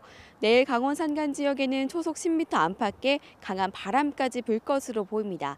산불 위험이 높은 만큼 불씨 관리에 각별히 신경 써주셔야겠습니다.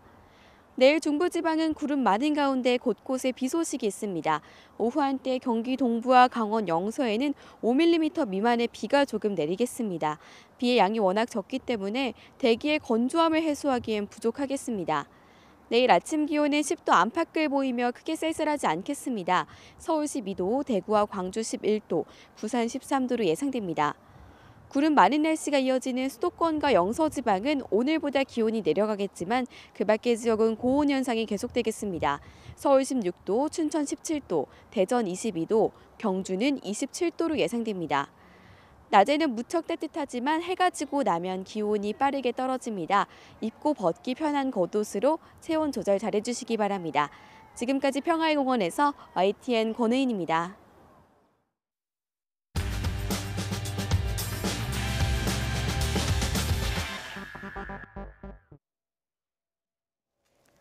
후쿠시마 대첩 혹은 제네바 대첩으로 할 만한 일본 수산물 수입과 관련한 세계무역기구 WTO 무역소송에서의 역전승. 공직사회에 대한 전반적인 불신 기조 속에서 이례적으로 정부와 소송 대응단을 향해 칭찬과 박수가 쏟아지고 있습니다. 문재인 대통령도 소송 대응단의 노고와 성과를 공개적으로 치하했습니다.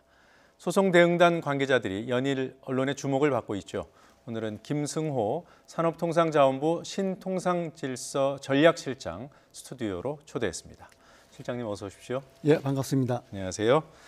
자, 이 소송 대응단이 공식 기구는 아닌 모양이에요? 예, 소송 대응단이라고 해서 정부 상설 직제로 되어 있는 것은 아니고요. 예. 저희가 이번 소송을 대응하기 위해서 식약처, 해수부, 원자력안전위원회 여러 부서가 필요합니다. 네. 그런 부서들 필요한 사람들이 그때 모여서 대응을 했던 것을 저희가 편하게 네. 소송 대응단 이렇게 부르고 있습니다. 네, 지금 화면에 나오고 있습니다만 이번 그 분쟁 소송 실무를 담당했던 소송 담당자들의 사진을 저희가 지금 띄워놓고 있는데요. 이분들 잠깐 소개해 주시겠습니까? 예, 그 위부터 소개드리면은 정한을 과장하고 고성민 사무관이 저희 통상산업부에서 이번 소송을 전담을 했던 소송을 진행을 했던 담당자들입니다. 예. 두 분 다 미국 변호사 출신이고요. 네. 그 다음 김현진 식약처 사무관이 실제 조치를 취한 부서가 식약처입니다. 예. 그 수입 규제 조치요. 네. 그 규제 조치의 정당성을 뒷받침하는 각종 자료를 공급해 주느라 고생이 많았고요. 네. 그 밑에 있는 안동성 역시 식약처 사무관입니다만은 예. 그 전에는 해수부에 계셨습니다. 예. 그 해수부에서 우리나라 먹거리 안전, 식품위생 안전을 위해서 필요한 자료를 공급해 주신 분이고요. 예.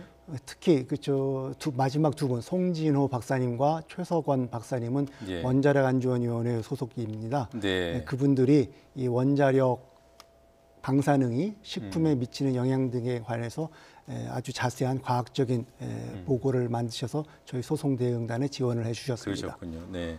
그러니까 지금 뭐 뒷부분에 말씀해 주셨던 송진호, 최석원 박사님들은 이제 원자력위원회, 원자력 안전위원입니다. 예. 예. 그리고 고성민 사무관 그리고 정한을 과장은 그러니까 특채된 분들이잖아요. 예, 그렇습니다. 저희 이 신정부가 문재인 정부가 들었으면서 네. 이 산업통상부에 통상교섭본부를 새로이 신설을 하고 네. 김현종 지금 안보 2차장을 통상교섭본부장으로 앉혔습니다. 예. 그분이 오시면서 분쟁을 전담을 하는 이 실, 제가 지금 실장으로 있는 이 실을 네. 신설을 했습니다. 신설하는 네. 과정 중에 인원을 다양한 부서에서 뽑았고 또 민간에서 많이 특채를 했습니다.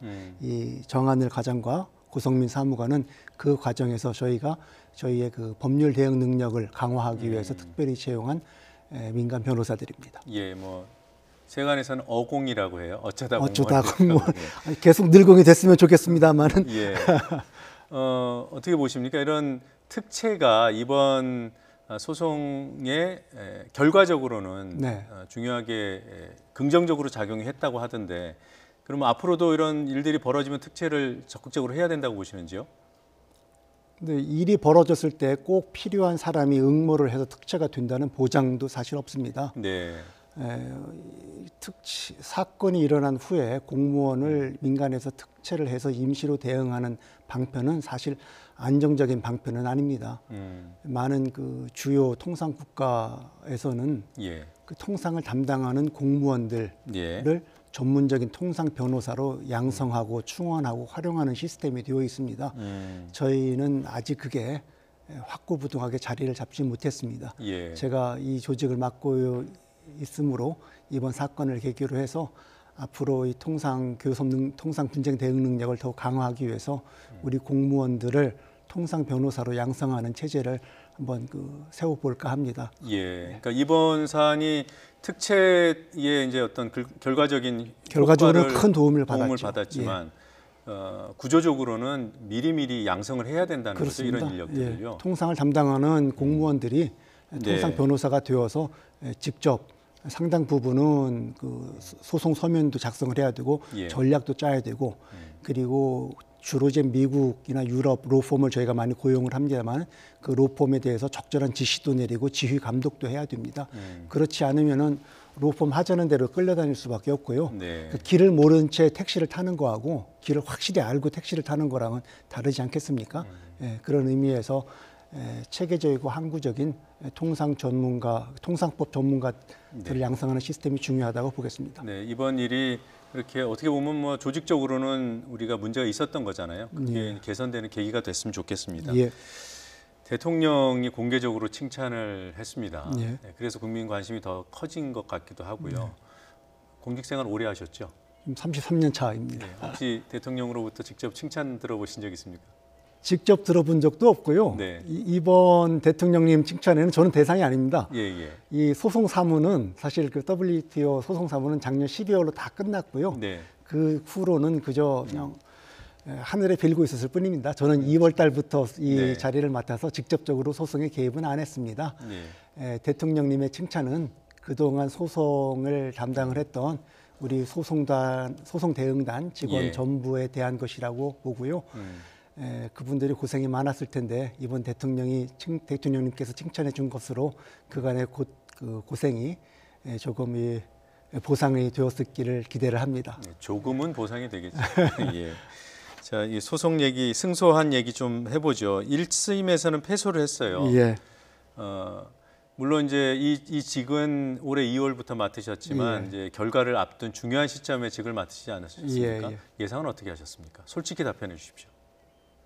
저는 제가 이 33년 공직 생활 중에서 거의 대부분을 통상법을 전공을 해서 일을 했습니다. 그래서 제가 이 자리에 뽑혔을 때에는 소송에 진 다음에 뒷감당하라고 차출당한 것 아닌가 그렇게 생각을 했었습니다. 근데 예의치 않게 이렇게 좋은 결과가 나와서 오늘 이렇게 좋은 구경도 하고 저도 얼떨떨합니다. 뒷감당하라는 게 아니라 이제 바뀐 거죠.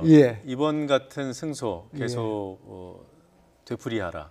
지속하라. 뭐 이런 소명이 아닐까 싶습니다. 어깨가 무겁습니다. 1심 질문하신 대로 1심은 솔직히 예상을 못했습니다. 그 이유가 두 가지인데요. 첫째는 1심에서 저희가 그 완패를 했습니다. 이 완패한 사항을 2심에서 전부 다 뒤집기는 참 힘들고 그런 예가 거의 없습니다. 두 번째는 지금까지의 판례가 식품위생 조치를 취할 때는 차별적이어서는 안 된다라는 것이고 그 차별성의 기준이 상품에 나타나는 계량화할 수 있는 수치화할 수 있는 위해성 정도 위해성을 기준으로 판단을 했습니다. 근데 저희는 좀 일본에 대해서 방사능 허용치 아래이더라도 일본 수산물에 대해서는 특별한 별도의 추가 조치를 요구했기 때문에 그 지금까지의 판례로는 설명이 되지 않는 부분이 좀 있었습니다. 그래서 저희도 사실 큰 기대는 하지 않고 뭐 최선을 다했을 뿐입니다. 그러니까 뭐 여러 차례 보도가 됐습니다만, 그러니까 식품에서 문제가 된 식품 수산물에서 검출된 방사능량은 기준 이하였기 때문에 예. 사실 그런 이제 형식적으로만 보면은 차별을 하면 안 되는데 예. 다른 논리가 이번에 먹힌 거예요. 예, 그렇습니다. 그 논리가 뭡니까? 그 논리는 일본이라고 하는 지역의 특수한 상황입니다. 네. 조금 더 부연드려서 말씀드리면은 그 식품위생협정의 협정문 자체에 동일하고 유사한 조건에 있는 나라는 차별하지 마라고 네. 적혀져 있습니다. 네. 지금까지의 판례나 관행은 동일하고 유사한 조건이라 함은 식품에 나타나 있는 유해성 정도를 네. 기준으로 판단을 합니다. 저희는 거기에 플러스 더해서 일본이라고 하는 특수한 환경적인 상황, 원자력 발전소가 폭파가 되고 오염수가 네. 누출이 된 상황, 네. 그리고 그것이 장기간에 걸쳐서 인근 바다에 서식하는 수생생물에 농축되었을 가능성, 그리고 그러한 그 잠재적인 위험성도 이 동일하고 유사한 조건에 포함해서 봐야 된다라고 주장을 했습니다. 예. 근데 그 주장이 1심에서는 받아들여지지 않았고요. 네. 2심에서는 그 받아들여졌습니다. 네. 자, 그간의 경과를 간단하게 저희가 그래프로 정리했는데 잠시 보고 가죠. 후쿠시마 원전 사고가 발생한 게, 그러니까 멜트다운이라는 사고가 발생한 게 2011년 3월 11일이고요. 예. 사흘 뒤에 우리 정부가 바로 1차 수입 금지 조치를 취하죠. 예. 그리고 강화된 지금 조치가 취해진 게 2013년 9월 9월이고요. 9일입니다. 예. 네. 그다음에 이제 그 일본 측이 우리나라를 WTO에 제소한 시점이 2015년이고요. 예. 그리고 지난해 2월에 1심 결과가 나왔습니다. 거기서 예, 이제 우리가 패소했습니다. 패소했고 2심에서도 패소할 전망이 농후했지만 다행히 최근에 한국이 승소했다는 역전승 낭보가 들려왔습니다. 앞으로요, 일본이 이 판정을 다시 뒤집을 가능성이 있습니까? 법률적으로 없습니다. 새로운 분쟁을 야기시킬 가능성은 없습니까? 이 건과 별도의 사건을 네. 잡아서 우리가 통상법을 위반했다고 판단되는 일본이 판단되는 사항이 있으면은 WTO에 제소하는 것은 일본의 조약상의 권리입니다. 일본의 네, 주권적인 권리라서 그걸 막을 수는 없습니다. 예. 이 건에 대해서는 이 판단 자체를 번복할 수 있는 법적인 근거가 없고요. 2심이 최종심이고 WTO 재판은 재심 절차도 없습니다. 아, 그렇군요. 예. 그럼 만약에요, 지금 우리 뭐 사회단체에서도 그렇고 이 기회에 아예 그 수입 금지 대상을 늘리거나 예. 검역 기준을 강화해야 된다라는 예. 목소리가 있는데 예. 우리 정부가 그런 추가 조치를 취했을 때 예. 그것을 빌미로 해서 다시 제소할 가능성은 있습니까? 그 우리나라가 현재에도 아주 그 국민 건강을 식품 안전을 충분히 보장할 수 있는 아주 수준 높은 그 검역 체계를 가지고 있습니다. 예. 그러한 체계를 더 강화해야 될 특별한 사정이 발생하지 않았는데 저희가 일방적으로 조치를 취할 경우에는 일본이 뭐 그 강하게 항의를 한다든지 또는 우리의 조치에서 혹시 WTO 규정에 어긋나는 사항을 발견을 해서 뭐 소송을 제기할지 그것은 일본의 자유입니다. 그 어쨌건 저희로서는 지금 특별한 조치가 일어나지 일본 측이나 일본의 일본 수산물의 특별한 위생이 더 나빠지는 상황이 없는 상태에서 일방적으로 조치는 취하기가 어렵다는 말씀 좀 드리고요. 그러한 사건이 발생했을 경우에 저희가 조치를 강화할 경우에 이번 판결이 아주 저희한테 좋은 판결입니다. 지금까지의 판결은 객관화할 수 있고 수량화할 수 있는 유해성만 가지고 차별을 따졌거든요. 그런데 지금은 그 나라에서 일어난 특별한 환경적인 상황 그리고 그로 인해서 나타날 수 있는 잠재적인 위험성도 충분히 고려할 수 있다고 해석을 됐기 때문에 저희가 앞으로 일본에 추가적인 상황이 발생했을 경우에 그것이 우리나라에 수입되는 일본 수산물의 잠재적인 위험성으로 발현된다고 판단을 하면은 충분히 저희가 조치를 확대할 수 있습니다. 아, 그렇군요. 예. 우리가 조치를 확대하는 것도 근거가 있으면 가능한 거고, 가능한 겁니다. 물론 거기에 대해서 일본도 추가로 제소할 수 있는 거고요. 그런 권리가 조약상 권리가 있는 거고요. 그러기 위해서는 우선 우리 조치에 WTO의 위반 사항이 확실해야 합니다. 아무런 위반 사항이 없는데 제소해봤자 패소할 테고요. 대개 제소하기 전에는 특정한 조치, 제소하려고 하는 조치가 무엇이고 그 조치가 제소하려는 입장에서 봤을 때에는 어느 협정이 어떻게 위반된다라는 것을 특정을 해야 되고요. 그리고 제소를 하기 전에 양자 협의를 반드시 거치게 돼 있습니다. 근데 아무런 그 WTO 협정의 위반 사항이 없는데 임의로 제소를 하기 위해서는 그 양자 협의 단계의 그 허들을 넘기가 힘들 겁니다. 예, 알겠습니다. 앞으로도 우리 국민 관심이 더 높아졌으니까 이 통상 분쟁에 더 효과적이고 실질적으로 대응하는 조직으로 만들어 주시기 바랍니다. 예, 감사합니다. 네, 오늘 말씀 잘 들었습니다. 예, 감사합니다.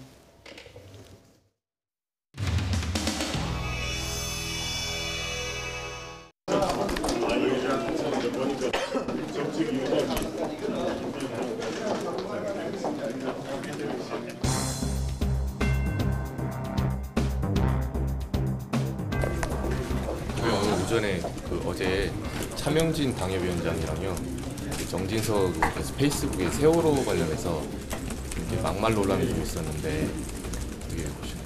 네, 이 유가족이나 피해자분들께 아픔을 드렸다면 이 부분에 대해서 유감을 표시합니다. 안산에 주로 행사는 당에서 가신 분들은 없나요? 제가 알기로는 없는 것으로 알고 있습니다. 다른 데 4당 원내대표를 가셨는데 네. 대표님 오늘 안 가시는데 그 행사에는 참석하지 않습니다.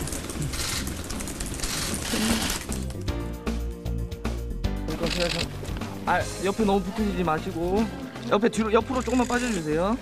그럼 한국당만 지금 안산 행사에서 선정 안 하시는 걸로 되어 있는데 따로 이유가 있나요? 모두 304분의 영명들을 추모하기 위해서 이곳에 왔습니다. 희생된 분들의 영면을 기원합니다. 다른 당 대표님들은 다 이제 안산으로 3시에 행사를 참석하신다고 하셔서요. 왜 좀 거기 같이 하시지 않으셨는지. 방금 말씀드린 것처럼 304분의 희생을 이곳에서 추모하고 또 그 뜻을 기리겠다고 하는 그런 마음을 다시 한번 다집니다.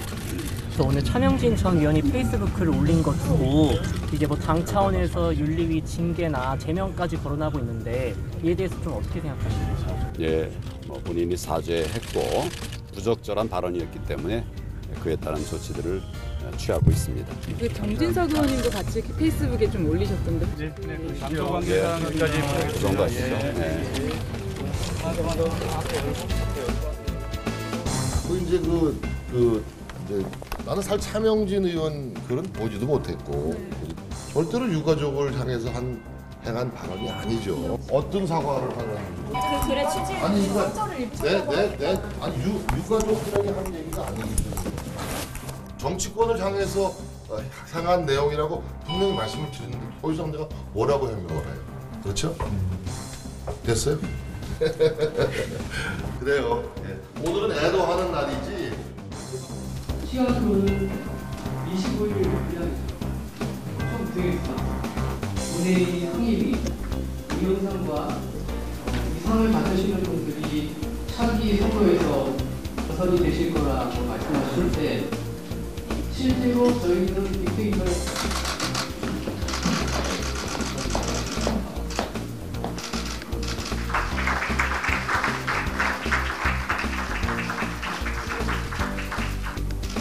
제8의 국회를 빛낸 바른정치원화상 국회의원 국회의원 정치우석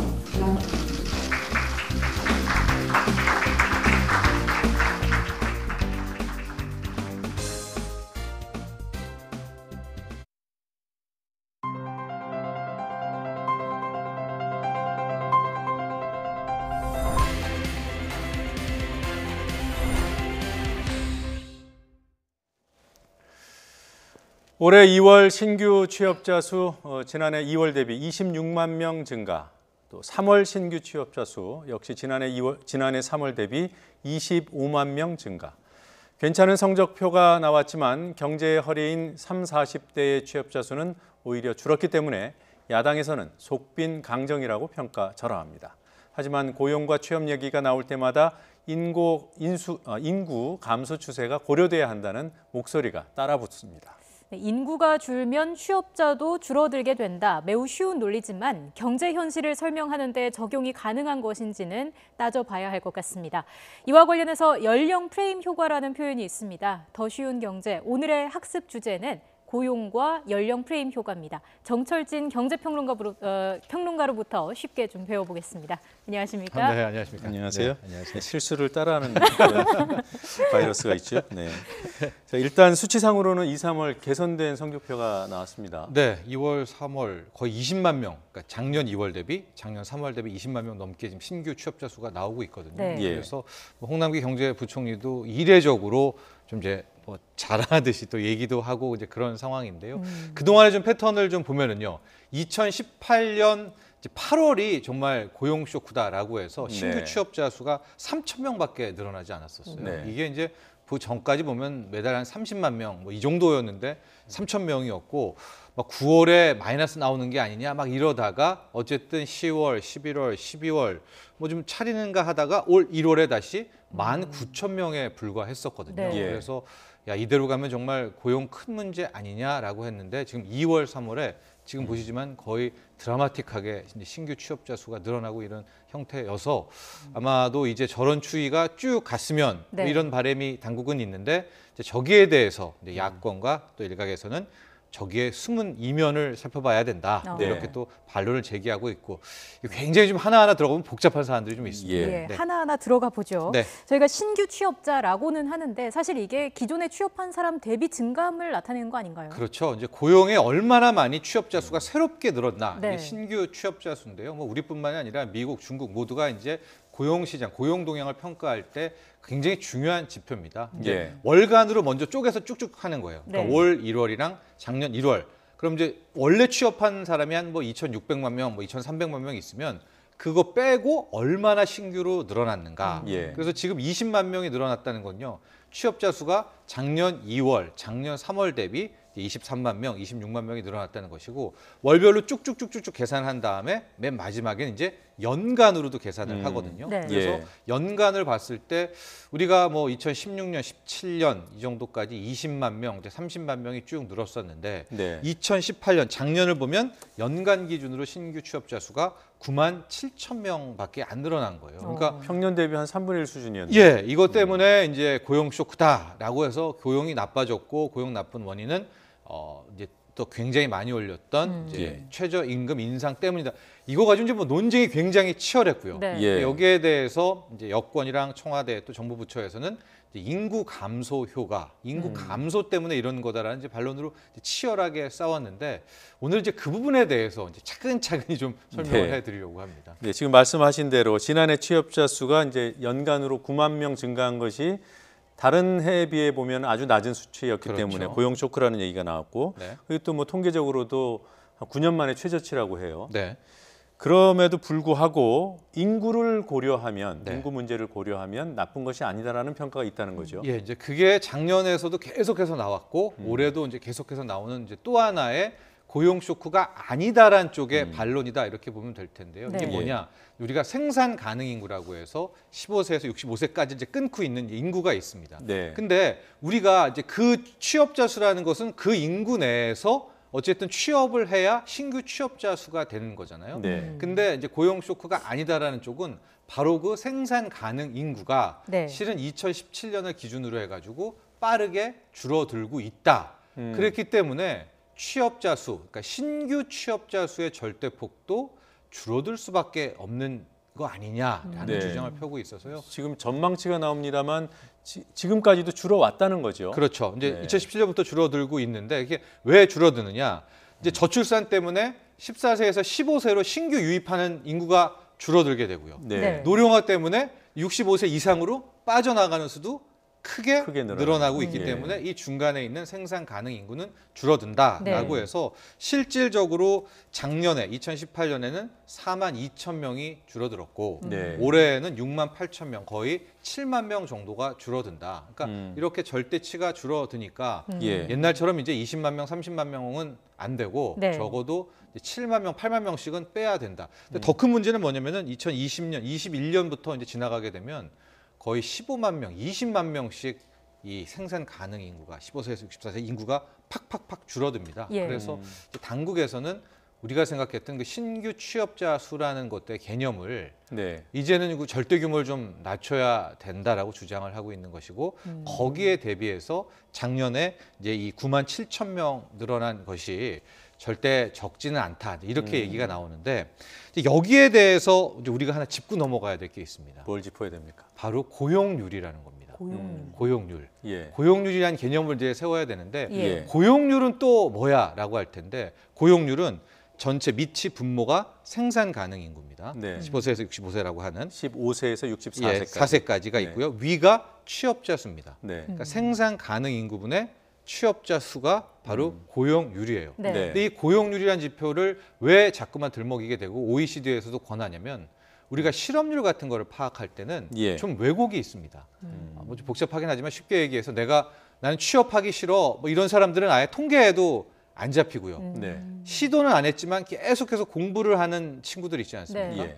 이런 친구들은 실은 실업자잖아요. 그렇죠. 예, 근데 통계로. 아예 통계에서도 빠져 있고 또 단기 아르바이트생 같은 경우에는 오히려 취업을 했다고 또 파악이 되기도 하고 네. 그래서 이제 실업률에 이런저런 왜곡이 있는 반면에 이 고용률 지표 같은 경우에는 밑에는 생산 가능 인구가 왕창 들어가잖아요. 네. 15세에서 64세가 왕창 들어가고 그중에 취업자가 얼마냐를 알 수 있기 때문에 항상 실업률과 함께 이 고용률 지표를 써라라는 네. 건데 예. 앞서서 이제 정부 당국에서 말하는 생산 가능 인구 감소대로 한다면 분모가 줄었죠. 줄어드는 거죠. 예.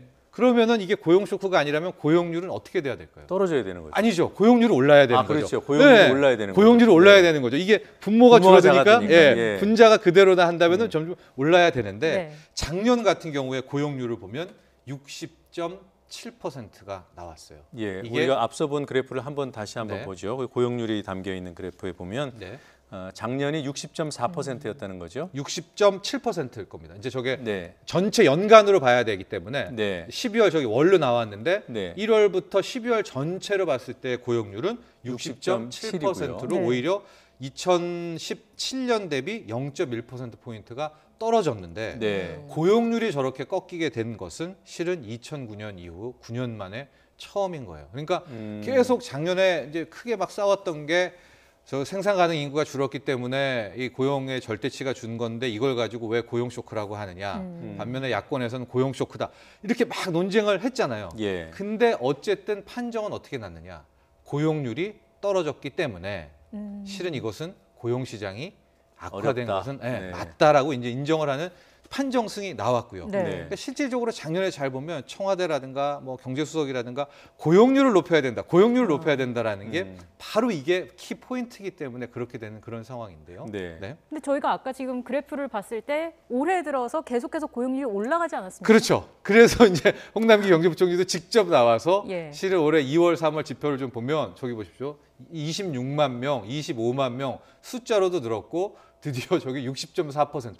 지금 고용률이 네. 전체 통계 작성된 3월 기준으로는 60.4%라는 고용률이 최고치거든요. 네. 그러니까 이제는 된 거 아니냐라고 이제 얘기는 다시 꺼냈거든요. 네. 그러니까 이렇게 되자 다시 이제 고용이 악화됐다라고 말하는 쪽에서는 이제는 고용의 질로 가보자. 네. 실질적으로 뭐 양질의 일자리라고 하고 있는 제조업 쪽은 계속 줄어들고 있고 네. 예. 실은 저렇게 고용 높인 것은 60대 이상의 노인 일자리에서 대폭적으로 정부가 재정 투입해서 한 것이 아니냐. 네. 30대, 40대는 계속해서 지금 절대치도 줄어들고 있다. 그래서 고용의 질로 봤을 때 2월, 3월이 좋아졌다라는 것은 인정할 수가 없다. 이렇게 이제 올 2월, 3월 지표를 놓고는 고용의 질이라는 2라운드를 놓고 또 다시 이제 고용이 나쁘다 안 나쁘다를 놓고 이제 싸우고 있는 거예요. 예, 고용의 질을 보려면 이제 업종별로 좀 살펴봐야 될 것 그렇죠. 같은데 네. 조금 전에 제조업 고용이 중요하다고 하셨잖아요. 네. 그러니까 제조업은 고용 그 취업자 수가 많이 줄었어요. 네, 지금 10만 명인데 저게 지금 12개월 연속 신규 증가가 안 나오고 있어요. 계속 연속 감소가 돼서 제조업에 실은 이제 굉장히 양질의 일자리가 몰려 있다라고 이제 볼 수가 있겠거든요. 네. 예. 이제 저쪽에 보면은 공공 서비스, 보건복지, 농립, 어업 저쪽은 실은 재정 투입으로 인해서 늘어날 수 있는 업종의 가능성이 높거든요. 네. 단기 일자리라고 할 수 있고 이제 실질적으로 이제 도소매 음식 업종 이런 데에서 같은 부분도 실은 최저임금과 연계가 돼 있기 때문에 네. 고용의 질이 나빠졌다라고 주장하는 쪽에서는 저거 봐라, 저거 다 재정 투입된 데에서만 순간적으로 늘어났기 때문에 실은 좋은 일자리라고 하는 제조업은 지금 회복이 안 된다. 빨리 어떻게든 해봐라라는 네. 얘기가 나오고 있고 그 다음에 또 아까 잠깐 언급을 했지만 고용의 질로 많이 언급이 되는 게 연령입니다. 연령대별로 지금 30대, 40대 같은 경우에도 지금 표가 나와 있는데요. 보시면은 60세 이상이 지금 거의 요번에 신규 34만 명이 넘게 네. 그러니까 아까 이제 25만 명, 26만 명 늘어났는데 60세 이상이 35만 명이 늘어난 거예요. 쉽게 말해. 그리고 30대, 40대라고 하고 있는 경제 허리에서도 30대는 8만 명 넘게 감소, 40대는 16만 명 넘게 줄어들고 있어서 저걸 봐라. 그렇다면 네. 고용이 어떻게 회복되고 있다고 할 수 있겠느냐? 라는 얘기가 이제 나오죠. 근데 저 수치만 보면은 20대 청년 일자리 문제는 조금 해소됐다 이렇게 보시나요? 네, 이제 저것도 굉장히 긍정적이었다고 그때 얘기를 했었고, 해소는 아니더라도, 해소는 아니더라도 네. 늘어났다라는 건 이제 당시에 홍남기 부총리가 얘기를 했던 적이 있었죠. 근데 저 30, 40대 고용 감소도 사실 인구 감소를 감안하면 어쩔 수 없다 이런 얘기도 있더라고요. 예, 이제 그래서 이제 오늘의 주제가 바로 연령 프레임 효과라는 실은 이제 제가 만든 용어는 아니고요. 금융연구원에서 아예 보고서를 내서 쪼갠 거예요. 다시 이제 저 나이대별로 쪼개가지고 앞서 말한 생산 가능 인구의 논쟁을 저렇게 이제 30대, 40대로 한 건데 저 표가 잠깐 어렵지만 제가 설명을 해드리겠습니다. 왜 40대는 계속해서 이제 절대수, 신규 취업자 수가 줄어들 수밖에 없느냐? 보시면 40대에서 30대에서 40대로 유입된 인구의 수가 그러니까 재작년에서 작년 대비 55만 6천 명은 이제 40대가 된 거예요. 근데 49살은 이제 50대로 빠져나갈 거 아닙니까? 50대로 빠져나간 인구가 69만 명으로서 40대라고 할 수 있는 절대 인구가 또 줄어들고 있다. 그러니까 14만 3천 명이 줄어들고 있다라고 하기 때문에 40대든 어쩔 수 없이 우리가 전체적으로 작년의 논쟁 신규 취업자 수가 줄어들 수밖에 없는 것 때문에 마찬가지로 40대는 앞으로 발표할 때마다 줄어든다. 30대도 유사한 통계가 나오고 있거든요. 30대 같은 경우에도 저렇게 똑같이 비슷하게 유입된, 그러니까 20대에서 30대로 올라간 인구가 뭐 46만 명, 반면에 빠져나간 인구가 57만 명이 넘게 빠져나가니까 30대도 덜 들어오고 많이 빠져나갔기 때문에 30대도 줄어든다라는 게 이제 금융연구원에서 저것 때문에 30, 40대는 계속해서 신규 취업자 수가 줄어들 수밖에 없는 거다. 그러니까 거기에 프레임을 잡지 말아라까지는 얘기하지 않았지만은 금융연구원의 그 이제 논조를 좀 보면 이제 그렇게 약간 정부 쪽 의견을 약간은 이제 더 옹호하는 쪽에 그런 근거를 제시해요. 그러니까 연령 프레임 효과. 연령 프레임 효과. 아직은 생소하지만 기억을 꼭 해두었으면 좋겠습니다. 근데 정리를 해보면, 그러니까 취업자 증가가 좀 제한적인 거는 인구 감소로 설명이 돼요. 생산 가능 인구 감소. 그러나 그럼에도 불구하고 고용률이 안 올라가거나 낮아지면, 왜냐하면 분자가 줄어들기 때문에, 맞습니다. 분모가 줄어들기 때문에 고용률은 인구가 감소하면 올라가야 되는 거니까 두 개를 같이 봐야 되는 거군요. 그렇습니다. 고용률과 취업자 증감과. 아주 정확하게 지금 파악을 하신 건데요. 그러니까 저 30, 40대 프레임 효과가 나오니까 그럼 당장에 3월에는 30대 고용률, 40대 고용률을 뜯어놓고 보자라고 나온 거예요. 근데 30대 고용률은 보합이었어요. 근데 40대 고용률은 무려 0.6%포인트가 하락했거든요. 그러니까 이것도 똑같은 논리가 되는 거죠. 분명히 30대, 40대의 절대 인구가 줄어들고 있어서 과거처럼 이 절대적인 규모의 신규 취업자 수는 줄어들 수밖에 없지만 그렇다면 고용이 그래도 나쁘지 않다는 걸 설명하려면 얘기하신 대로 고용률은 좋아야 되는데 지금 40대 고용률은 굉장히 많이 지금 하락했거든요. 그렇기 때문에 이제 이걸 연령 프레임 효과만을 이야기해서 뭐 고용시장 괜찮다라고는 할 수 없다가 아직까지 이제 우리가 파악하고 있는 건데 이제 앞으로 이제 4월, 5월 지표가 나올 거 아니겠습니까? 그때도 30대, 40대 취업자 수 절제도 보고요. 함께 나오는 고용률도 확인하시기 바랍니다. 그러겠습니다. 일부 착시가 있지만 착시로 모든 것은 해결할 수 없다. 오늘 말씀도 쉽게 잘 들었습니다. 고맙습니다. 고맙습니다.